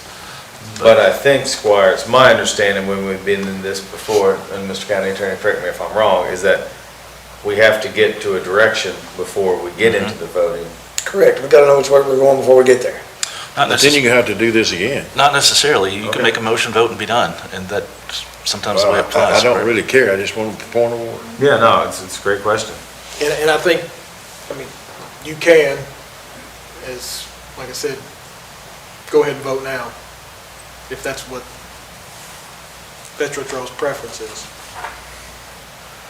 Or you all can have the discussion and figure out where you want to go. And When you say vote now, does that mean that we can add finding the fact now, and that's what the decision will be based on later? Or we will have to go back through this process at the voting time? I just want to make sure I understand I'm right there with that. So, what's that mean? Anytime we meet as a body, we can take any action then and there, right? Whether we're calling it a work session or a voting meeting, this vagueness of these two I've had a problem with since I came into this court, that we kind of do it differently than anybody I've ever seen. But we are on the action, and we can take a vote now. I don't Correct. think that's true. I've seen many fiscal courts do lots of things. I have too. I've been through most of the ones in Kentucky, and we do some odd things, but I think it can absolutely be voted on now. It seems like there's a motion on the floor, And it's got a second. and it's got a second, and there's been discussion. Then I'll call a question on it. Roll call. Means vote. So I'm gonna let Tina do a roll call. So let's just to make sure everybody understands, what they're voting for now is what Squire Herod is saying, that he wants to go with staff's recommendation to approve the zone change. The motion on the floor, as I understand it, is to approve the zoning change from rural residential to agricultural based upon the finding of fact that he stated. Can we clarify that, because he only made a motion that was a finding of fact, and then, Max, you've interjected to clarify that it is to approve. The motion initially was just a single finding of fact, not an approval. I think it was a finding of fact, and if the tail end of it was based on approval, when he read it out, correct, approval. So we're not voting on just a finding of fact, we're voting on two elements. So within first we this one gotta thing. approve findings of fact, and then we gotta approve. Yes, whether typically we do we've it. done that. Yeah. We don't do them both same. Can we just I go on think the this finding is of the fact? finding of fact. Let's just go on the finding of fact, try to keep it. That's what I'm. So this is, Tina, you'll still call roll, but this is based on what Squire Herod read is a finding of fact, right, everybody? Yes. Correct. Squire Sebastian, Yes. Squire Blackburn, No. Squire Dykus, No. Squire Harrod, Yes. Squire Tanner, Yes. Squire Wisman, No. Judge Mueller. Yes. Judge, I'll make a motion to, based on the recommendations, findings of fact, and the recommendation for denial by the Franklin County Planning Commission, to adopt their findings of fact and move to deny the zoning application. So now we're gonna do So the you're whole doing thing. two things You're doing again? two things. No, I'm not making any new findings of fact. I'm saying based on the record as it was presented to us by the Planning Commission, to adopt their recommendation for denial based on their findings of fact. I'm not making any new ones, and approve the denial of the application. So now we're not just doing findings of fact, though, we're voting on Correct. the issue. Which seems like a double negative. It's making my brain hurt.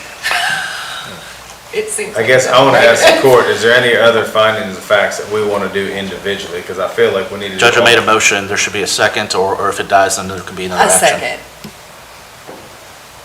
I call the question. We haven't had an opportunity to discuss. I mean, if he, So that's, you decide. No, I You want to agree. discuss it or not. I mean, he called the Yeah. question, so I think Isn't that It's a- non-debatably in a vote. gotta vote on that. Okay. So let's clarify. So now we are, this is the whole vote now. We're not in voting session, so I'm a little confused here. But we're gonna vote on this right now. And Squire Wisman has said that he wants to basically support what the planning commission, how they voted. The unanimous decision by the Planning Commission. Does everybody understand that? Making sure. And we can't discuss it just because he said question before I could say discussion. Huh? He's calling for the question. If there's a strong desire to discuss it, I'll hold back my call of the question for a moment. Okay. So, does anybody want to discuss Squire Wisman's motion to accept the planning commission's findings of facts? I thought we had to read them, but we don't, we just can do them as a lump. Mr. County Attorney? Yeah. Because I think it's based upon those findings. Okay. All right. Anything anybody wants to talk about before Squire Blackburn? So I'm just asking for clarification, Squire Wisman. You want to put the vote to deny the zone change from RA to AG based on the two findings from the Planning Commission? And the entire record that informed those decisions, yes. But the entire record, entire record vote to staff approve. is different, right? That's correct. No, the entire record is the public comments, the discussion by the Planning Commission that resulted in their findings of fact and their decision to So deny. it's just based on planning commission? Based on this entire packet that we have, everything that's in It here, reads- their ultimate decision It for reads, denial. based upon the filings of fact, staff recommends approval of this. No, let me clarify, and if I could ask for clarification from Max. This ordinance page that reads in that way was drafted for us to vote upon. This was not an action by the Planning Commission. This is really nothing except for something that was brought to us by staff to help us draft an ordinance and adopt it. What This is he's not reading the, is in the record, it's on page 10. It's on page 1026, That's what he's- black and that's white, all very he's saying. bottom. That's all he's saying. I realize. What is the clarification that you're seeking? The document that's in here? This document that reads. This has been prepared to, I guess, assist, but this can be, well, and probably should be, at least the top part of it, changed. That's my act. We need to adjust this to The reflect language my can motion. be adjusted because technically you're not amending, the table of special ordinances. Technically. So what is the new word? So yeah, I guess that's what we have to Well, figure out first. it's gonna depend on what you all vote for. So, I suppose a better question would be why this ordinance was drafted to approve when the planning commission voted to deny. I don't know how that came about. Maybe it is an attempt to, I don't know, but both of them seem to read that way, which negates the planning commission's action, which typically comes to us for us to either vote up or down directly, right? This is the only instance I've ever seen that we have an ordinance drafted that goes against their action and their finding. And I don't know how that happened, but I think we had one in the last court that read, I feel certain of it, that read similarly, which was confusing to us at the time. Yeah. I just bring that up for that purpose.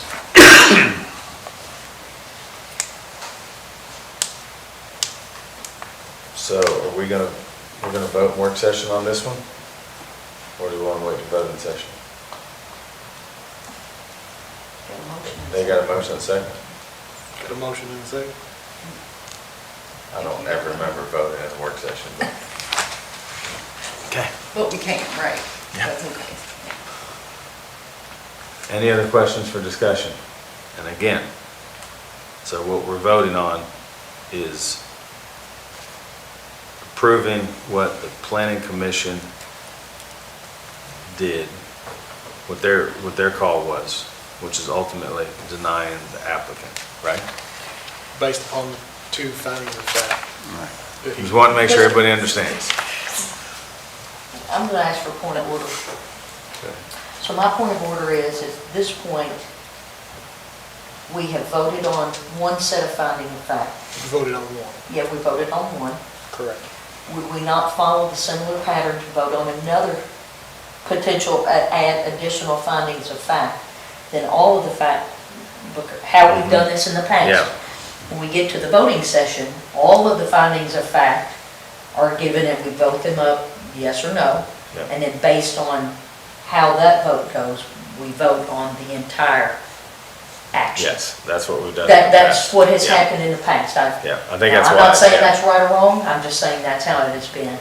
And that gives everybody the opportunity to think on what the findings of fact are on the table and how that impacts the decision that's ultimately going to be made on this. So I just bring that up as a matter of discussion. As we're looking Is there at a way finding we can of do fact. that just to say, like we've always done it basically? I think you currently have got a motion on the floor. I mean, so. In a second. I mean, so I don't know if they want to, So they would have to pull their motion or second for it to go to voting session and then just do findings. Not necessarily. The presiding officer, I suppose, could say we're all going to take this vote in the voting meeting and ask for other motions, Facts. whatever you all want to do. I would prefer just to go ahead and get this done, because ultimately, we're going to get to the voting meeting, and this is going to inform the rest of those actions, or this motion will inform the rest of those actions, but it's the presiding officer's decision to decide to vote now or delay it and have other actions. I mean, I'd rather stay with, because anything I've watched before, we do all findings of facts and then that gets closed. You know, no more findings of facts and then take it to the voting session, either up or down. Multiple ways to act, and it's usually up to the body how it happens, right? It's up to the chairman, not him. Can I make that call even though it's a first and a second at this point? I think you can move it into the voting session if you want to. I would rather do that and stay consistent with the way we've done it my whole career. Okay. And so, So I'm going to ask you, go ahead.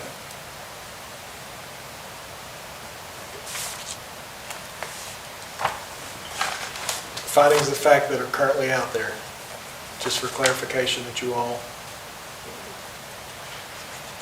we've already had one approved. Are there any other findings of fact? that you all want. So then at this point, Squire Wisman would want to go ahead and read his findings of facts, correct? I think that would probably be the most prudent thing. Additional, Or, if I have additional, yeah. or if anyone else has additional. If anybody else has additional. I wasn't planning on having additional, I was going to support the record of the decision of the planning commission, but sure, I So can come does up he with want to something read that again here really quickly if by you'd like. itself, even if he just wants to use theirs? Probably the most prudent thing to do, the decision that you would like and the findings of fact that you want to base that upon would probably be the most prudent thing to do, to make a motion for each one of those individually out of prudence and caution. But that is the Squire's preference.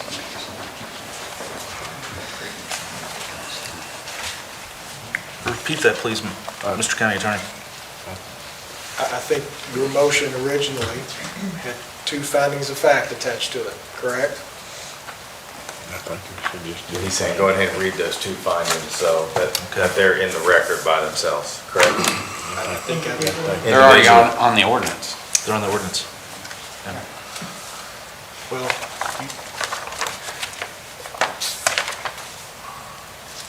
Judge. Oh, I'm sorry. I think I got a way to simplify this. Go ahead, Squire Blackburn. I like simplicity, buddy. Because it's either a yes or a no for the zoning or not.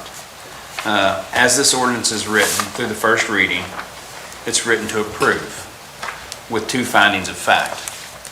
We've added a finding of fact, and if we stay with that, the votes would support approving it, and the votes would support not approving it.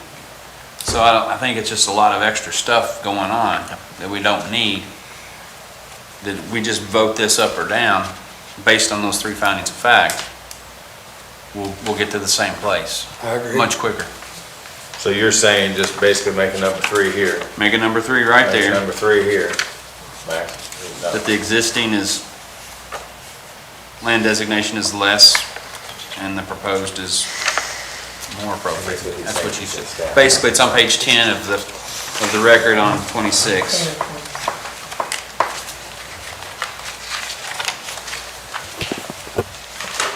The existing zoning classification is given to the property is less appropriate, and that the proposed zoning classification is more appropriate. That's the way I understood it. That's what you. That's the way I understood it. That's the motion you made. Yeah. So that would be 3?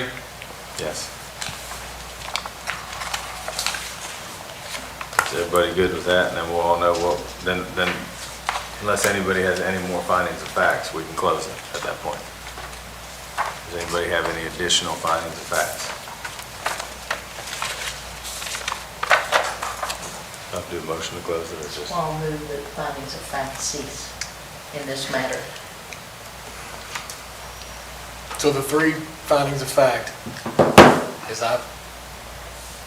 for clarification, the 3 findings of fact that you all have on the floor right now, if I am not mistaken, and please correct me if I'm mistaken, as I want to be corrected if I'm mistaken, because I do not want to put words in anybody's mouth or put anything before this court that you all haven't already put out there. 1 finding of fact, potential for a decision either up or down. Right. The comprehensive plan future land use designation is for suburban residential. Is that one of your all's proposed findings of fact, correct or no? Yes. Eric, that was one of your 2, right? I'm Yes, sorry, Squire as Wisdom. stated in Yes. the, We're all Yeah. just triple Yeah. checking, yes. The second one that is proposed out there for either an up or a down, whatever you all may choose, and I don't want to put more findings than you all throw out there, the agricultural zone district is not supported within the definition of the suburban residential future land use designation. yes. Okay. Third finding that was actually voted upon just a few moments ago.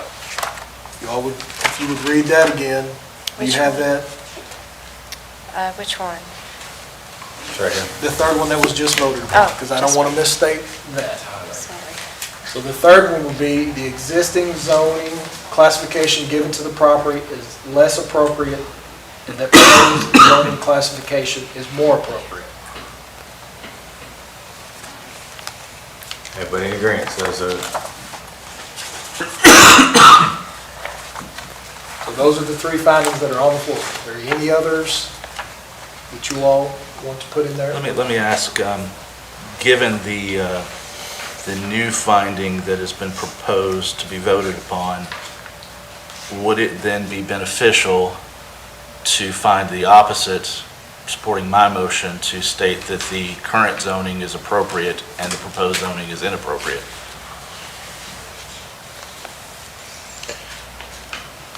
That rural residential district that is the current zoning is appropriate zoning for the parcel, and that agricultural district AG as proposed is inappropriate.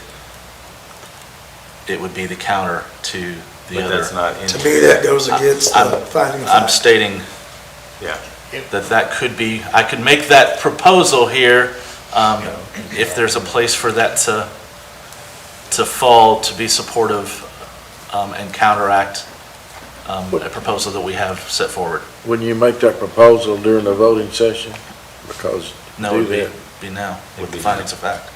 Be another finding of fact. Hold it up or down now. Is that, are you making a motion for that particular I'm finding toying of with fact? that idea. To add a finding of fact, or? It's not add our own. I thought it had. I don't think so either. That was already in here. But it's valid. Does make it clear. I don't know if it's necessary, because there's already two supporting which way you want to go, you know what I mean? Give me one moment. I'm just nervous about Think about that. something. Can we take a brief recess Yeah, while he's working? yeah. And I'll be happy to withdraw my motion to cease the findings of fact while something is in the works.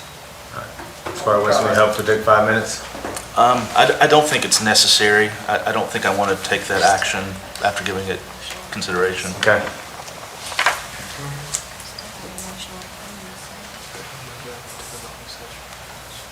All right, so is everybody good to continue? So do I have a motion to close? I will make the motion to cease findings of fact in this matter. Okay. Second. All those in favor say aye. Aye. All those opposed say nay. Motion passes. Okay. And just for clarification, we're moving the voting We're portion gonna- on the, I guess, motions to the voting session. I think that's appropriate, Yeah. especially since we have an adjoining property that has implications. So I just want, once again, for clarity's sake, so everybody knows where we're at. I like clarity. Okay. So now we're going to head on to the next agenda item. Judge, if I can read the zoning proposals and existing again, just for the public's edification, so that we all, and I'm sorry to bother you all with this, but I think it's important now that we're in It's fine. a comp update, that people understand what is being asked and what these things mean in Yep. the community when they come up. So this parcel, the existing zoning is Rural Residential District RA. The purpose of this district is, again, to establish and preserve a quiet, single-family dwelling neighborhood free of other uses except for those which are convenient to and compatible with the residences of such neighborhood.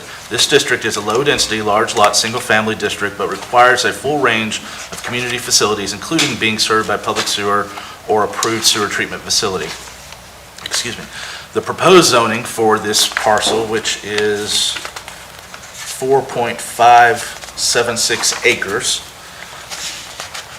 this district is intended to establish and preserve a quiet, single-family home neighborhood free from other uses except those which are convenient to and compatible with residences of such neighborhood. This district is intended to be a very low density and will customarily be located in areas where public sewer facilities are not available or planned. So that was the difference between RA and RR? Yes. And if you wanted to pinpoint those differences, the RR was not dependent upon sewers, I believe that's the primary, and the RA was depending on sewers. typically the large lots.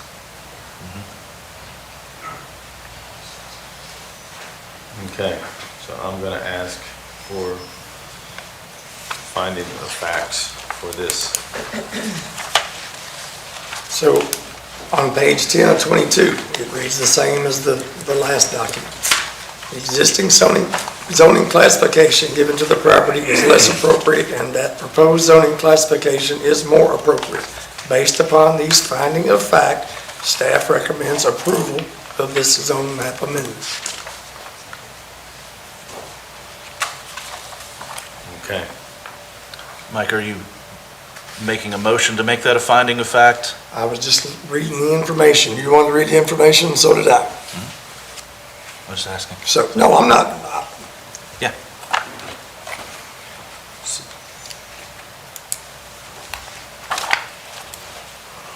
What other findings of facts? Well, we haven't had any yet, I guess, read into record. Since this is identical finding of facts, statements and everything as the other ordinance, why couldn't we just formally or informally adopt the same finding of facts and move on? Because they're the exact same. But if we need to do that, fine, I don't care. They are, but they're different zoning classifications between the last object and this one that I think requires. Okay, if it does, it does. So I guess we would have to be in agreement, and I see what you're saying, because right now we have two here, the comprehensive plan, future land use that is for suburban residential. It's basically the same thing. So the only thing, if we wanted to do that as a group and everybody agreed on it, would be to add what Squire Harrod just said as number 3, just like the other document. So what is everybody's thoughts on that? Yeah, somebody want to make a motion on that finding? And then a second, we can vote on it? And then we can... I'll make the motion on it. I'll second it for discussion. Any discussion on this? Okay, so just so everybody's clear, we're gonna have the one that I read, and then the second one is a rural residential zone district is not supported within the definition of the suburban residential future land use designation, that's number 2. And then number 3, you said it's on page. Number 3 will be that the existing zoning classification given to the property is less appropriate and that the proposed zoning clarification is more appropriate.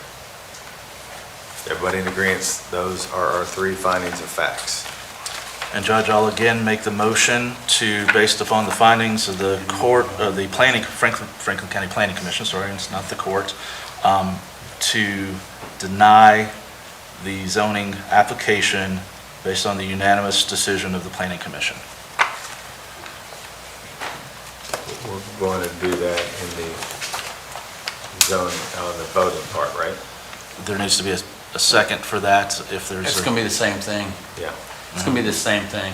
So if we vote on this one, that's going to decide, and that'll be a moot point. That's what I said, it ought to go to a voting session.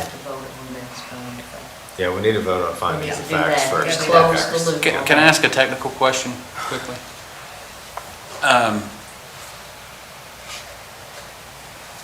What is the size range in lot for RR? Can't do that? I mean, it's a technical question. I can look it up on my phone real quick. It's a technical question. You can't respond to a technical question? What does Tina know? I don't know if that was part of the record that was formally produced down at the Planning and Zoning Commission. Don't worry, I'll find it. It may be in the staff report. Sir? It may be in the staff report.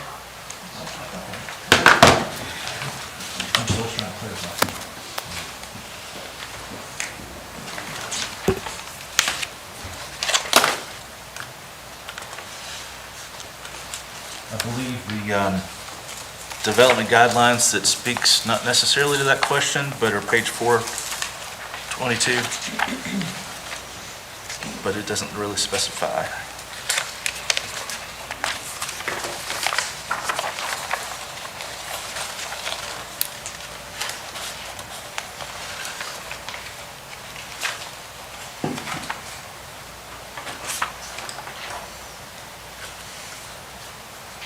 Squire Blackburn, if you want, I'm gonna probably take a break before we get a voting session, so you can maybe research it then, or does that have a bearing on the findings of facts that are in front of us?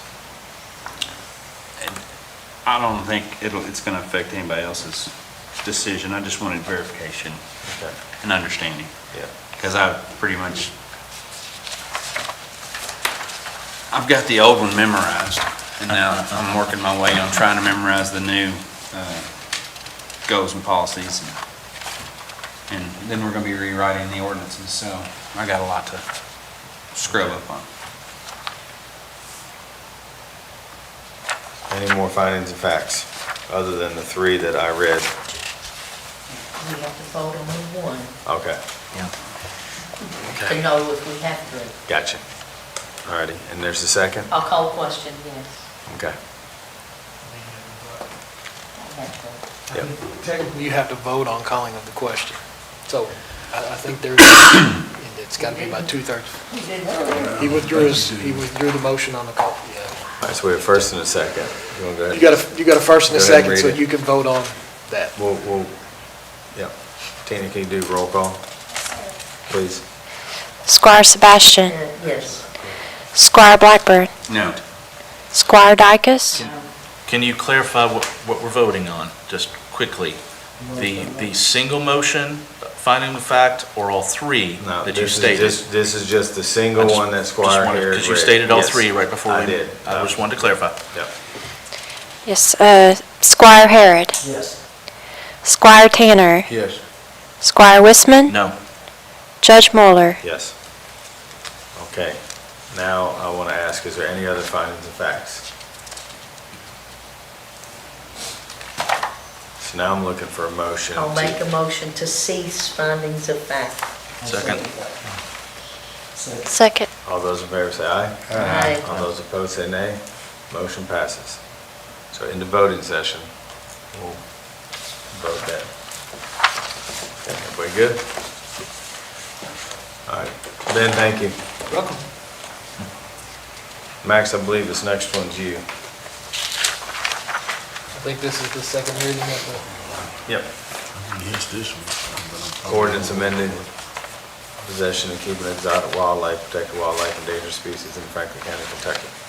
So basically what we're doing is going to mirror what the state regulates, correct? That is correct. Except for a couple of cases that we added back in of wolves over 25%. Help me. With the amendments that were proposed the last time. Cougars and mountain lions.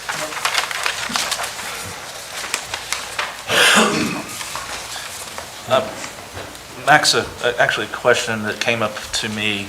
If there was the way this is written as an exclusionary thing, if we were to have someone approach us about a wildlife rehabilitation center that is owned by the state of Kentucky's Fish and Wildlife Department, would they have to comply as a state entity with our exclusions? Would you know offhand? No. They already do it. I don't know. Yeah, the state I know. supersedes ordinance.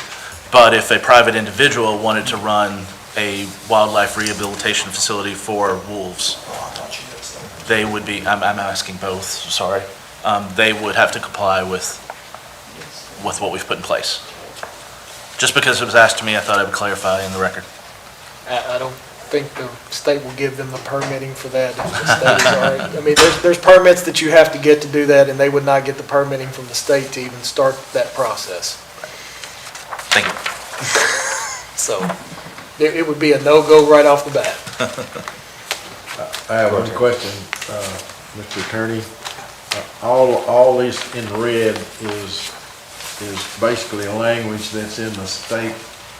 It's KAR. KAR, KAR, okay. KAR. It's So been put out. then, the gentleman that came here and asked us, got this started. He's actually in the asking about back. He's in the hog- back row. Back with his hand raised Okay, now. you here? Okay. So is the hognose snake an invasive species? And I don't know why it's on, other than you wanted it on here. So in the state of Kentucky, there's actually a species of hognose that is native to the state of Kentucky, the eastern hognose. So that's covered under a separate regulation relating to native species. This is just dealing with exotic species. So this would be hognose snakes that are not native to Kentucky. So it wouldn't be an invasive species. I mean, it's not native to the state. It is considered an exotic under that definition of the law, being not native to Kentucky. It is, however, native to the United States. Some in Florida, out throughout the West, I believe the ones that originate in Mexico are under a different genus.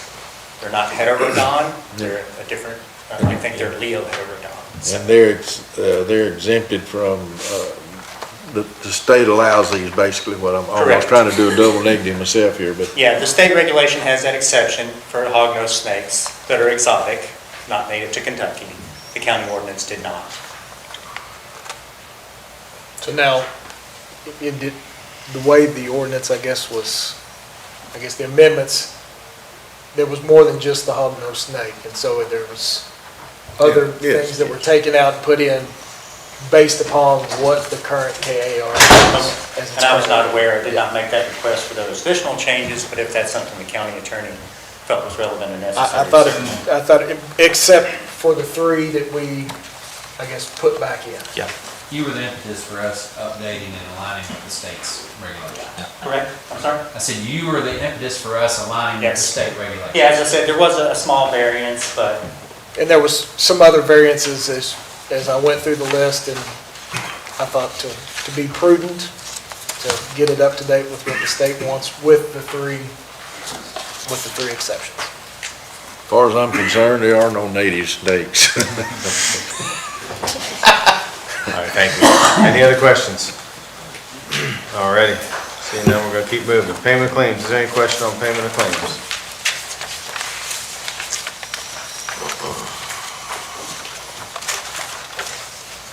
All righty. Seeing none. We have an authorization to go into closed session per KRS 61.8101C for opioid litigation updates, discussion of proposed or pending litigation against or on behalf of the public agency. F, discussions or hearings which might lead to the appointment of an individual employee. So moved. Second. All those in favor say aye. Aye. All those opposed say nay. Motion passes. We're in closed session, please. I'm gonna be.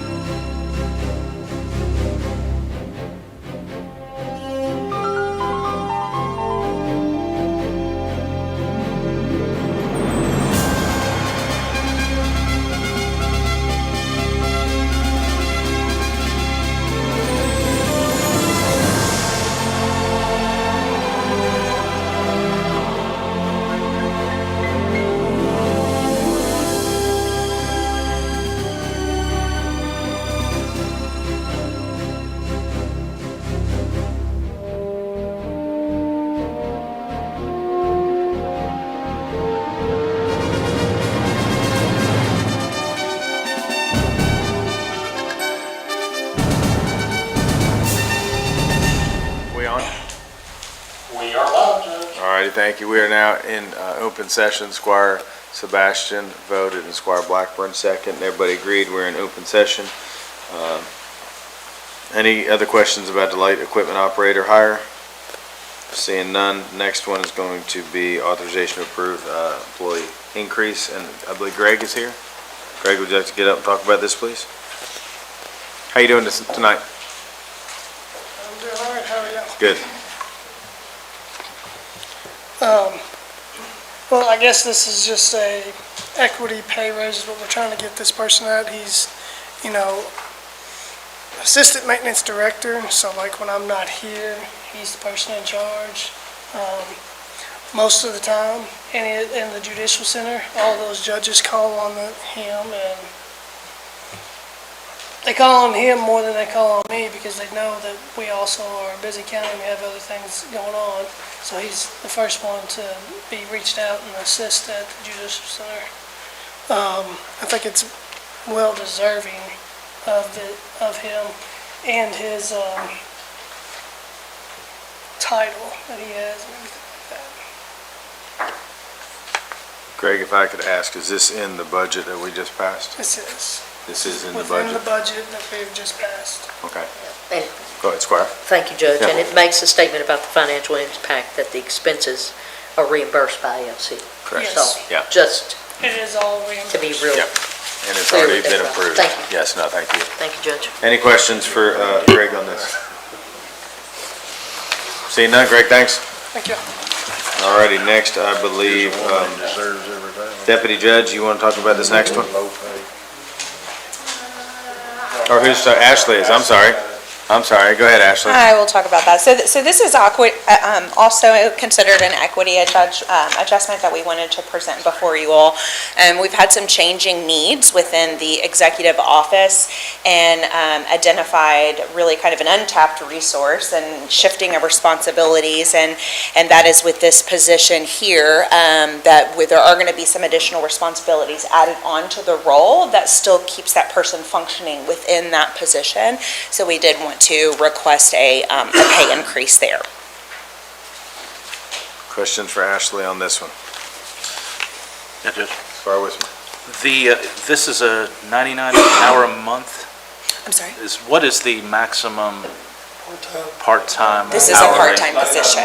99 a month. Under 100, yeah. So we have a potential for $1,188 impact, but it says under 1,000. No, it's that- under 1,000 Uh, hours annually. They keep, okay. Yeah.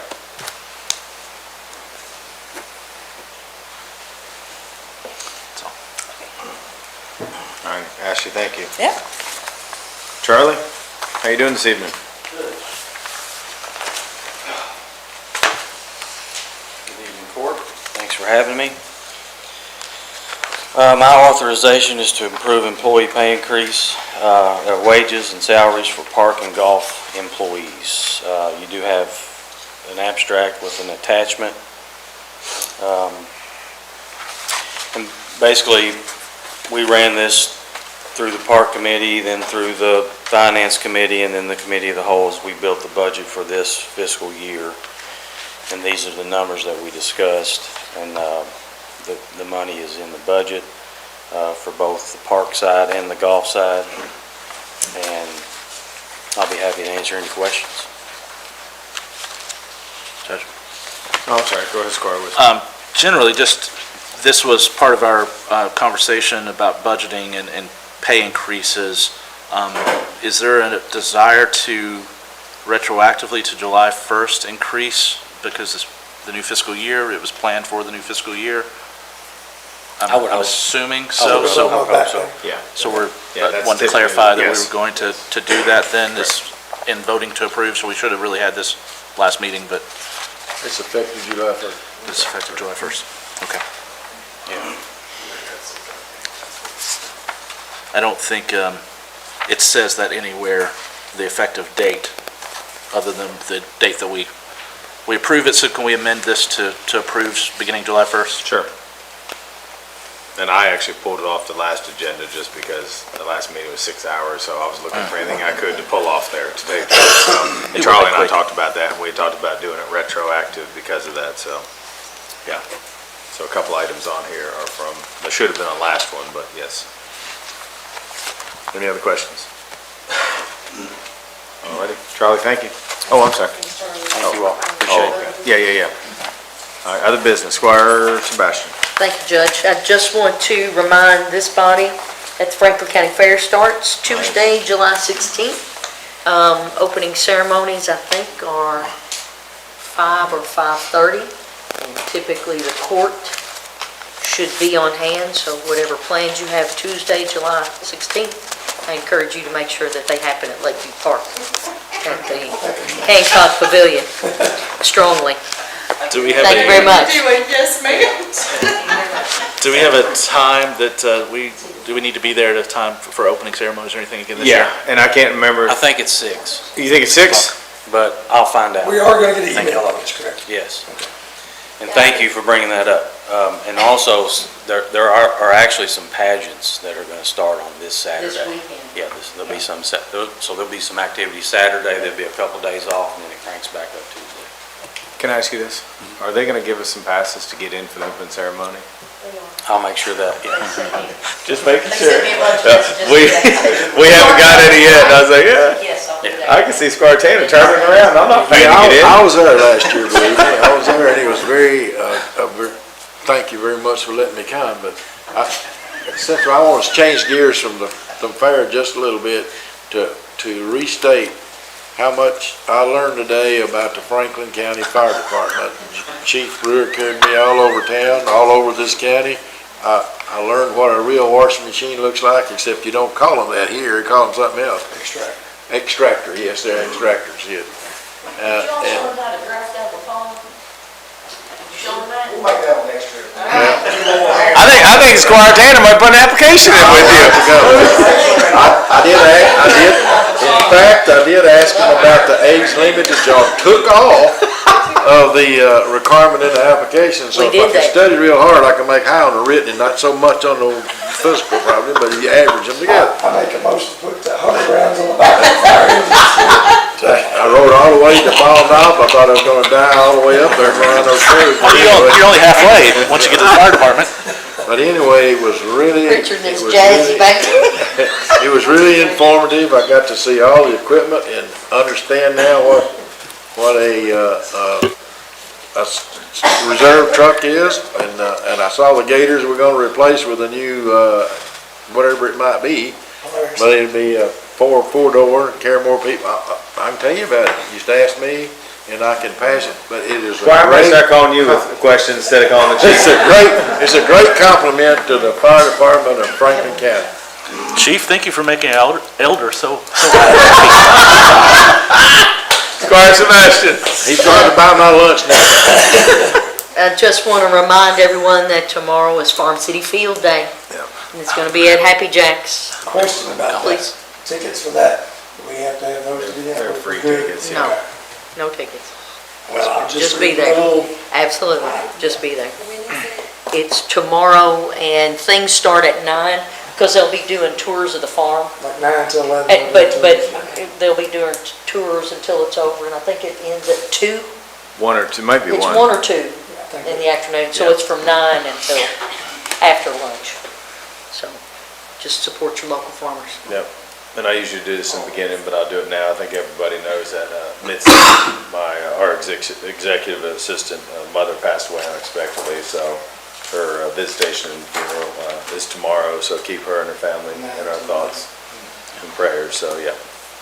Squire Wisman. Judge, a couple of things have come to my notice again throughout my district, and I'm asking for some help, and most of these are some ordinances we're going to need to look at, I think. One, I keep coming up with animals, and we've discussed it in this court several times about some, particularly goats, being problematic about getting out and going onto other people's property. So I'd like to take a look, or ask the county attorney to maybe help me look at our current ordinance to draft something that looks more wholly at domesticated animals and how those have to be, their health and safety have to be maintained, and they need to be maintained on the property of their ownership. He said the four-letter word, so we might lose our county attorney on this one. He's getting ready to walk out the door. I think it works I can easier tell to you look that at I am more domesticated familiar with that animals. goat statute than I ever want to be. And I can tell you that there is a goat statute directly on point that says by the Commonwealth of Kentucky on the penalties for have your goats running at large. So it is. So it already exists. There is a statute on point that says you cannot have your goats running at large because they are considered cattle. And so there is a state statute. And unfortunately, I'm having problems with goats, cows, and dogs primarily, that I'd like to look at our ordinance, and generally I think the word domesticated animals might help us take care of some things instead of calling them livestock or something. So I wanted to ask if we could take a look at that. And also, it's come to my attention over multiple properties that we really need to look at our statutes regarding properties that need to be condemned, that are vacant, that pose a health and safety hazard. I realize. That's happening next week.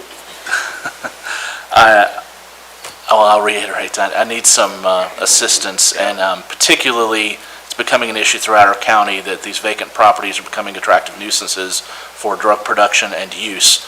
And I need some stronger ability to manage those problems. We are working on that because it's an issue in everybody's district. And Max has been working with us, and there's just seems like a lot of red tape, and we're trying to figure out how to get it away. And what I've learned the last couple of months is, it's not as easy. You can do a stop work order on a construction site, but I had a meeting with Ben, Judah, and Greg Owens, and it's fine line whose jurisdiction falls where. And I know the chief's been involved, I think, in some, as far as abandoned properties or properties that people are living in that they shouldn't be living in. So we are working on that. So now Well, that's another issue, property maintenance code, where people are renting things that are substandard housing, and landlords are not taking care of them whatsoever. Well, we are finding on those. I know Richard went out to one for Squire Sebastian a week or two ago, and it's a 30-day notice to make the improvements that he wrote down.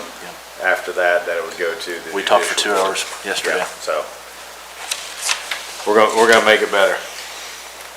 Any other? I've had some interest about people along the creek, maybe want to try to get some concrete picnic tables on the areas that the county maintains, just, nice day out at the park, take the kids, look at the creek, and if it's something you'd be interested in, not only in my district, District 6, whatever along the creek ways that we maintain, there would be a possibility to venture into that, look at it and see if it was feasible. Do we own them, or do we just have easements there? Like down the Swatcher Bridge, where we just have the easements to mow it. The state takes care of the bridge, and we do the maintenance on the property. Right. So I didn't know if that would be something we'd have to get approved. We currently don't have any county park except for the boat ramp in both of our districts, right? I'm looking at that. I would like to make an entire plan out of how we're going to manage these waterways and make them more accessible, usable for all of our citizens. Yep. Yeah. A lot of questions about that in my district. Yeah, that's been a thing. Absolutely. All right, any other business before we go into voting session?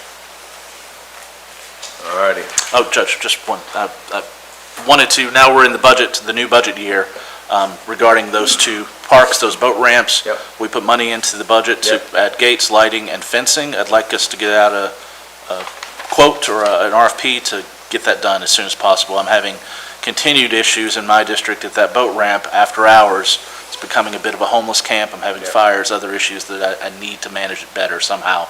It's more popular than ever right now, during the daylight hours for boating, but it becomes a whole different thing at night, and I'm concerned about our liability. I agree. My only hesitation to lock gating it, we talked about gating it when it floods and stuff, but as far as gating it every night, because there's a lot of night fisher people too, so. That's a whole different thing. Yeah, so we just need to talk about it, but as far as the money we put in there for the fence and lighting and things, yes, we do need to work on an RFP for that. And I've got to call into Fish and Wildlife to verify exactly what our obligations are with that property, with the money that they provided for it. But I would, if possible, we don't have to lock gates, but say that it closes at dark, so it gives us some ability to push vagrants out. A little bit better, yeah. Greg, help me remember that, because I know you've met those guys down there, so. Okay, perfect. All righty. let's keep rolling. Here we go. We'll try to do the best we can. Might be a little rough, but let's go ahead and move into the voting session. Clerk, please call roll. Squire Sebastian. Here. Squire Blackburn. Present. Microphone. Oh, I hit it hard. Squire Blackburn. Present. Squire Dykus. Here. Squire Harrod. Here. Squire Tanner. Here. Squire Wisman. Present. Judge Mueller. Present, thank you, clerk. Authorization for approval of minutes from regular meeting of June 26, 2024. So moved. Second. All those in favor say aye. Aye. All those opposed say nay. Motion passes. Authorization to approve the renewal contract with Adam Chemical for preventive maintenance for water treatment. So moved. Second. All those in favor say aye. Aye. All those opposed say nay. Motion passes. Authorization to approve surplus of sheriff's vehicle for trade-in. So moved. Second. Clerk, did you get that? Your mic's off again. You don't like leaving it on there. All those in favor say aye. Aye. All those opposed say nay. Motion passes. Authorization to approve an agreement with AT&T for telecommunications. So moved. Second. Judge, discussion? Can we dictate within the contract that you're going to sign this addendum that was added to us for the quotes? Okay. To be $1381.60 per month? That has to be done within the 60 days. That's what I was reading on the back, so we need to just make sure we stay within that time frame. Do that? From June 24th, I think. Okay. Is when it was started. Okay. All right. Well, we haven't voted yet, but yeah, that's what he's saying. Okay, make sure. All right, do we have first and second? We have first, second. Now, all those in favor say aye. Aye. All those opposed say nay. Motion passes. Authorization to purchase 1-ton truck and 1/2-ton truck at Bachman Chevrolet utilizing the state master agreement for the fire department. So moved. Second. All those in favor say aye. Aye. All those opposed say nay. Motion passed. Richard, which one of those trucks do you get? I saw all of them. I did ask about maybe some of our rural water departments could use some of these trucks. All righty, sorry, I gotta keep going. I'm getting happy here. Authorization to approve the amended contract for solid waste and recycling from Central Kentucky Hauling to Republic Services. So moved. Second. All those in favor say aye. Aye. All those opposed say nay. Motion passes.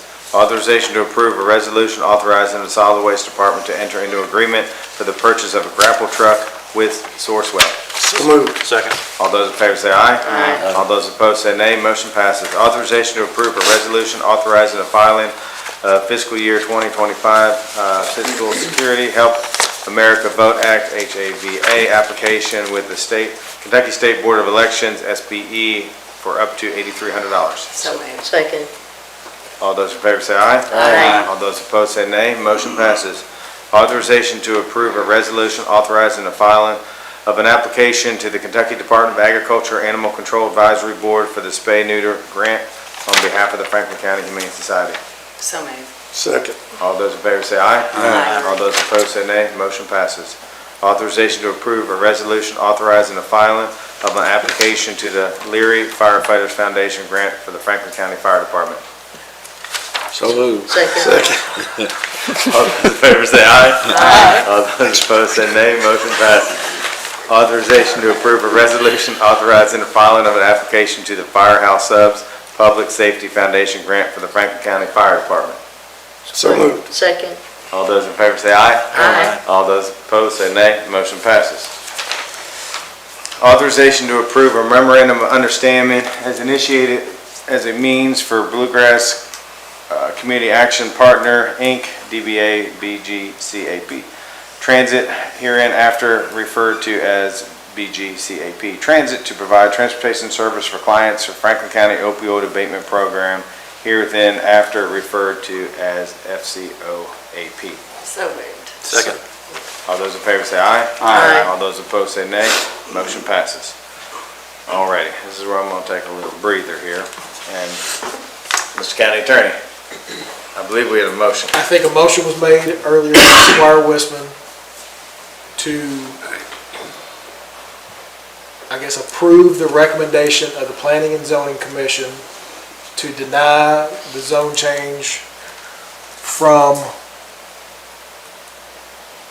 rural residential RA to ag. to ag with the two findings of fact Stated by the planning commission. stated by the Planning Commission. So I think that was the motion that was made, that was then passed into this voting session. We need a second for that. We already had a second. Oh, we I think had it a was the second for second. that. So just so everybody understands, so if this passes, it's over. If it fails, then that other finding of fact would have to be entered, correct? Well, Yes. So this is voted up or down? Yes, this is up or down. I just want to make sure everybody's clear, If it right? fails, you that's just so everybody's clear, I think the motion in front of the court is to approve the Planning and Zoning Commission's recommendation, which would vote To deny. the amendment down. If that makes sense. Yes. Does everybody, Finally. I just want to make sure Finally, that everybody makes understands, sense. it. I want to make sure that that is, Yes. The double negatives are driving me insane. Yeah, I can't do it's it. not. I'll go ahead and read this. Well, no, that's what we're going on, so we're not even, do I need to read this? It's a different one. It's It's what you're- different, yeah. it's different. He read it.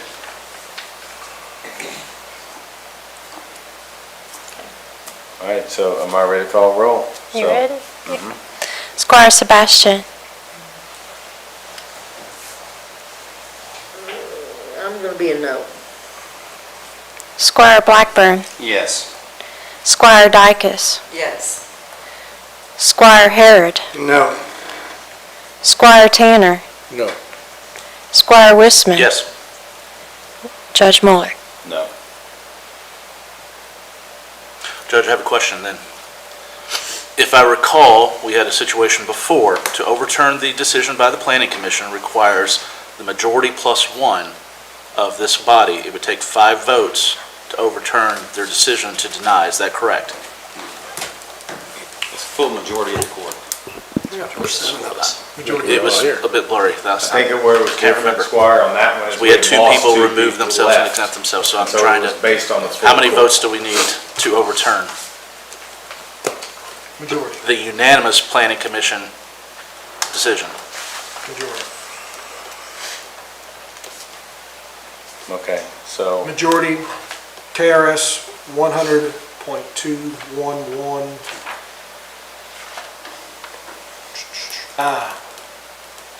Unless a majority of the entire legislative body or fiscal court. So it's a majority. So if of anyone the recuses body. himself, we still have to have a majority of whoever Majority the of the members body. are present and voting. Or the whole body, 7 members, it takes it's a on the majority, it 7, takes it's based on 7 people, no matter who's in the room. 4 to 1. Majority of the body. Okay, so, where do I go from here? So that 14. motion was voted down. Right.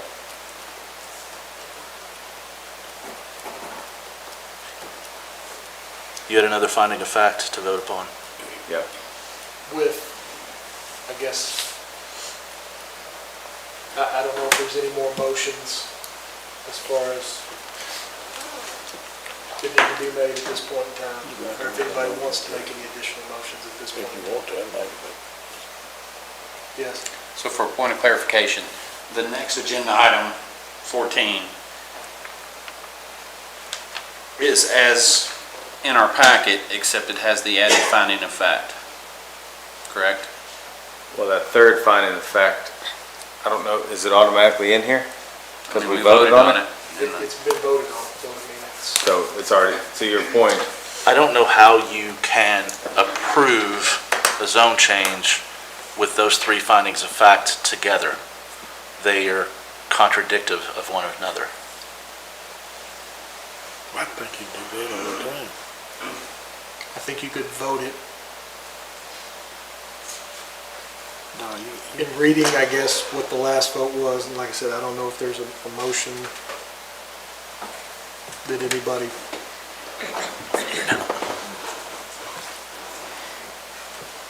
Based upon that other finding. so that third finding's not in here, even though, It's, well, it's, It's in our record. Yeah, it's in there. oh, it's in the It's in our record. We put it there. That's what I make the motion on, is to go with the finding of fact. So what's your As motion it's, then? as it's written on, page 1226, to go with the proposal to approve. So Squire Wisman's motion to Failed. deny it failed. So now in theory, we need another motion. In theory. To approve the zone change. I make the motion to approve the zone change. And I think you just said with With approval of. With the Finding of fact. finding of fact. the one that you. Yeah, the original one that I brought up, yes. Okay, so the motion is to approve the zone change? Yes. Based on the finding of With- fact was previously. Motion to approve the zone change Based on the, from the finding of fact. rural residential to agricultural district based upon the finding of fact, which was, I don't have it set in front of me. I apologize. Based upon staff recommendation, right? No, it was, Basically on three findings of fact. It's on number, basically number 3. I don't have it set. Basically the exact same 14 as read, but adding one finding of fact. Either way you read it, yeah. I'm just trying to make sure I understand. Here. That the existing zoning classification given to the property is less appropriate and that the proposed zoning classification is more appropriate. Page 1026. So we have a motion on the floor. Do we have a second for that motion? Second. Clerk, please call roll. Squire Sebastian, Yes. Squire Blackburn, No. Squire Dykus, Squire Harrod, Yes. Squire Tanner, Yes. Squire Wisman, No. and Judge Mueller. Yes. Okay, so Judge, can I ask, I'd like for our county attorney to send us, just for my own purpose, what would constitute a conflict of interest in any actions for the future reference and for all of us in voting on any decision. I already had one accusation at the very beginning of my term that was not founded, but I want to just clarify for all of us exactly what is a conflict of interest in familiar relations and otherwise that could impact zone changes or any other action. Thank you. Good. Alrighty, so now on this next agenda item, You've got a motion on the floor by Squire Wisman. I have another motion? Yeah, because it was a different. Oh, okay. So I had made a motion also to deny based on the Planning Commission's recommendations and finding to deny the zone map amendment. Okay. But I don't know if did you second that one as well? I don't remember. I don't remember, I don't think that was seconded. Well, I will make that motion to deny, Is there a or second? to approve the denial Okay. So this is for the RA to RR? This is RA to for RR. track B. Yeah, for track B, yeah. Just, once again, so everybody knows what we're voting on here. It is, the motion is to deny the zone map amendment From RA to RR. from RA to RR. So where we had the same finding of fact on this one, do we not have to do it the same way we did the first one? Well, since there's been a motion and a And second, I think it we'll was, do it the same and I way. think the motion that you just made, correct, Squire Wisman, was based upon the two findings of fact that are set forth Yes, from the Planning Commission. yes. So that is the motion on the floor, as I understand it. Is everybody clear? What we're Just want voting to on? make sure everybody's clear on what they're voting on.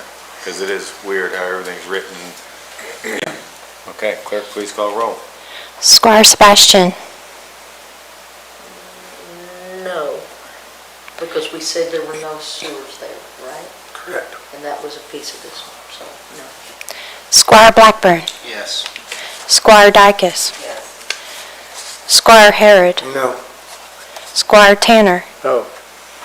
Squire Wissman, Yes. Judge Mueller. No. Okay, and now, is there a motion? Go. Judge, I'd just like to ask, when we have, I just think it's good practice.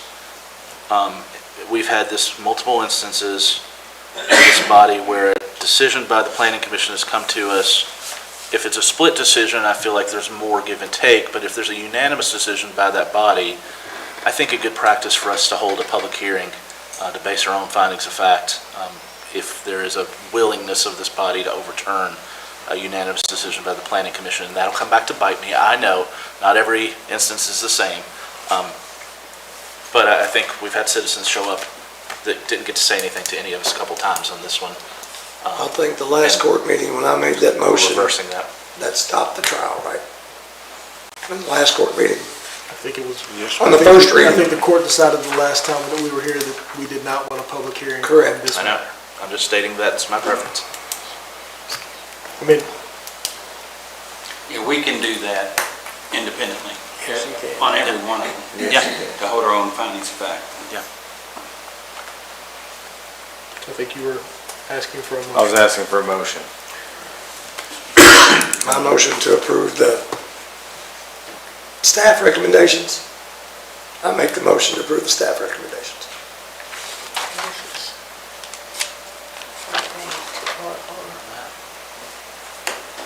So for a point of, I thought she already seconded.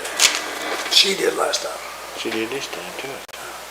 And this is with the 3 findings of fact as well. We just voted on the first one, yeah. I'll second it. But does the motion include adding the third finding of fact, right? I think it is. Yes. Is it based upon the third finding of fact? Is that what you're saying? That's what my motion is. So it's, Is it with all 3 findings? Because again, I don't see how those Is it 3 can connect. is it one, And you're asking for an overturning by a judge who looks at that very quickly, but. so I'm asking for the clarification because he's saying the staff recommendation. And just so I want to make sure that the clarity of the motion.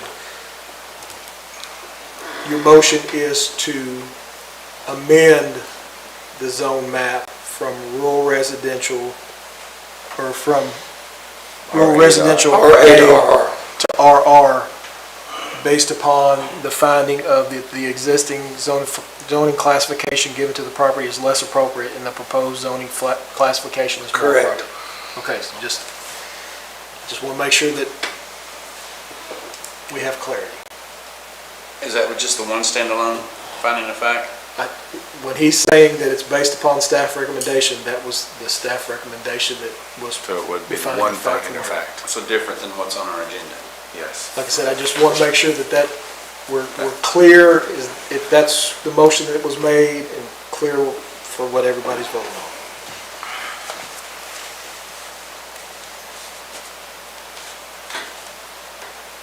All right, so is there a second? Sure. Second, sir. Oh, I'm sorry. That might be my fault. Okay, clerk, Yes. please call roll. Squire Sebastian, Yes. Squire Blackburn, No. Squire Dykus, Squire Harrod, Yes. Squire Tanner, Yes. Squire Wissman, No. Judge Mueller. Yes. Next agenda item, second reading approval of ordinance amending ordinance number 7-2000 subsection 90.21 relating to the possession, keeping of exotic wildlife, protected wildlife, and dangerous species in Franklin County, Kentucky. Move to approve. Second. All those in favor say aye. Aye. All those opposed say nay. Motion passes. Payment of claims. Is there a motion to deny any payment of claims? No motion was made. Let the record reflect claims are to be paid. Authorization to hire Jacob Ritchie as light equipment operator / driver. So moved. Second. All those in favor say aye. Aye. All those opposed say nay. Motion passes. Authorization to approve employee pay increase for Bobby Caudell, Assistant Maintenance Director. So moved. Second. All those in favor say aye. Aye. All those opposed say nay. Motion passes. Authorization to approve employee pay increase for Connie Noblet, part-time Assistant Occupational tax. So moved. Second. All those in favor say aye. All those opposed say nay. Motion passes. Authorization to approve increased wages and/or salaries for Charlie Lewis Parks employees. So So moved. Second. Judge, that is retroactive to July 1st, correct? Yes. As part of the motion? All of them. Wait, so who made the motion? I got Squire Blackburn. Yeah. And yeah. Okay, thank you. Can we vote on that? Are we voting individually? We voting Yeah, on we gotta go all? through all these. Each This is for one? Charlie Lewis himself. Oh, you're gonna do them one at a time? Okay, So moved. Second. well. Well, we already had there's first and already second. We There's just need all already those in a motion. favor, I think. Yeah. All those Aye. opposed? All right, motion passes. Authorization to approve increased wages and/or salaries for Todd Mulder, Park employee. So moved. Second. All those in favor say aye. Aye. All those opposed say nay. Motion passes. Authorization to approve increased wages and/or salaries for Chris Cardwell, Park employee. So moved. Second. Get that? I got Squire Harrod a second. Okay. Oh, that's fine. All those in favor say aye. Aye. All those against say nay. Motion passes. Authorization to approve increased wages and/or salaries for Delbert Carmen, Park employee. So moved. Second. All those in favor say aye. Aye. All those opposed say nay. Motion passes. Authorization to approve increased wages and/or salaries for Josh Ernest, golf employee. So moved. Second. All those in favor say aye. Aye. All those opposed say nay. Motion passes. Authorization to adjourn. So moved. Second. All those in favor say aye. Aye. All those opposed say nay. Motion passes. Thank you, court. Chief, you did, Squire.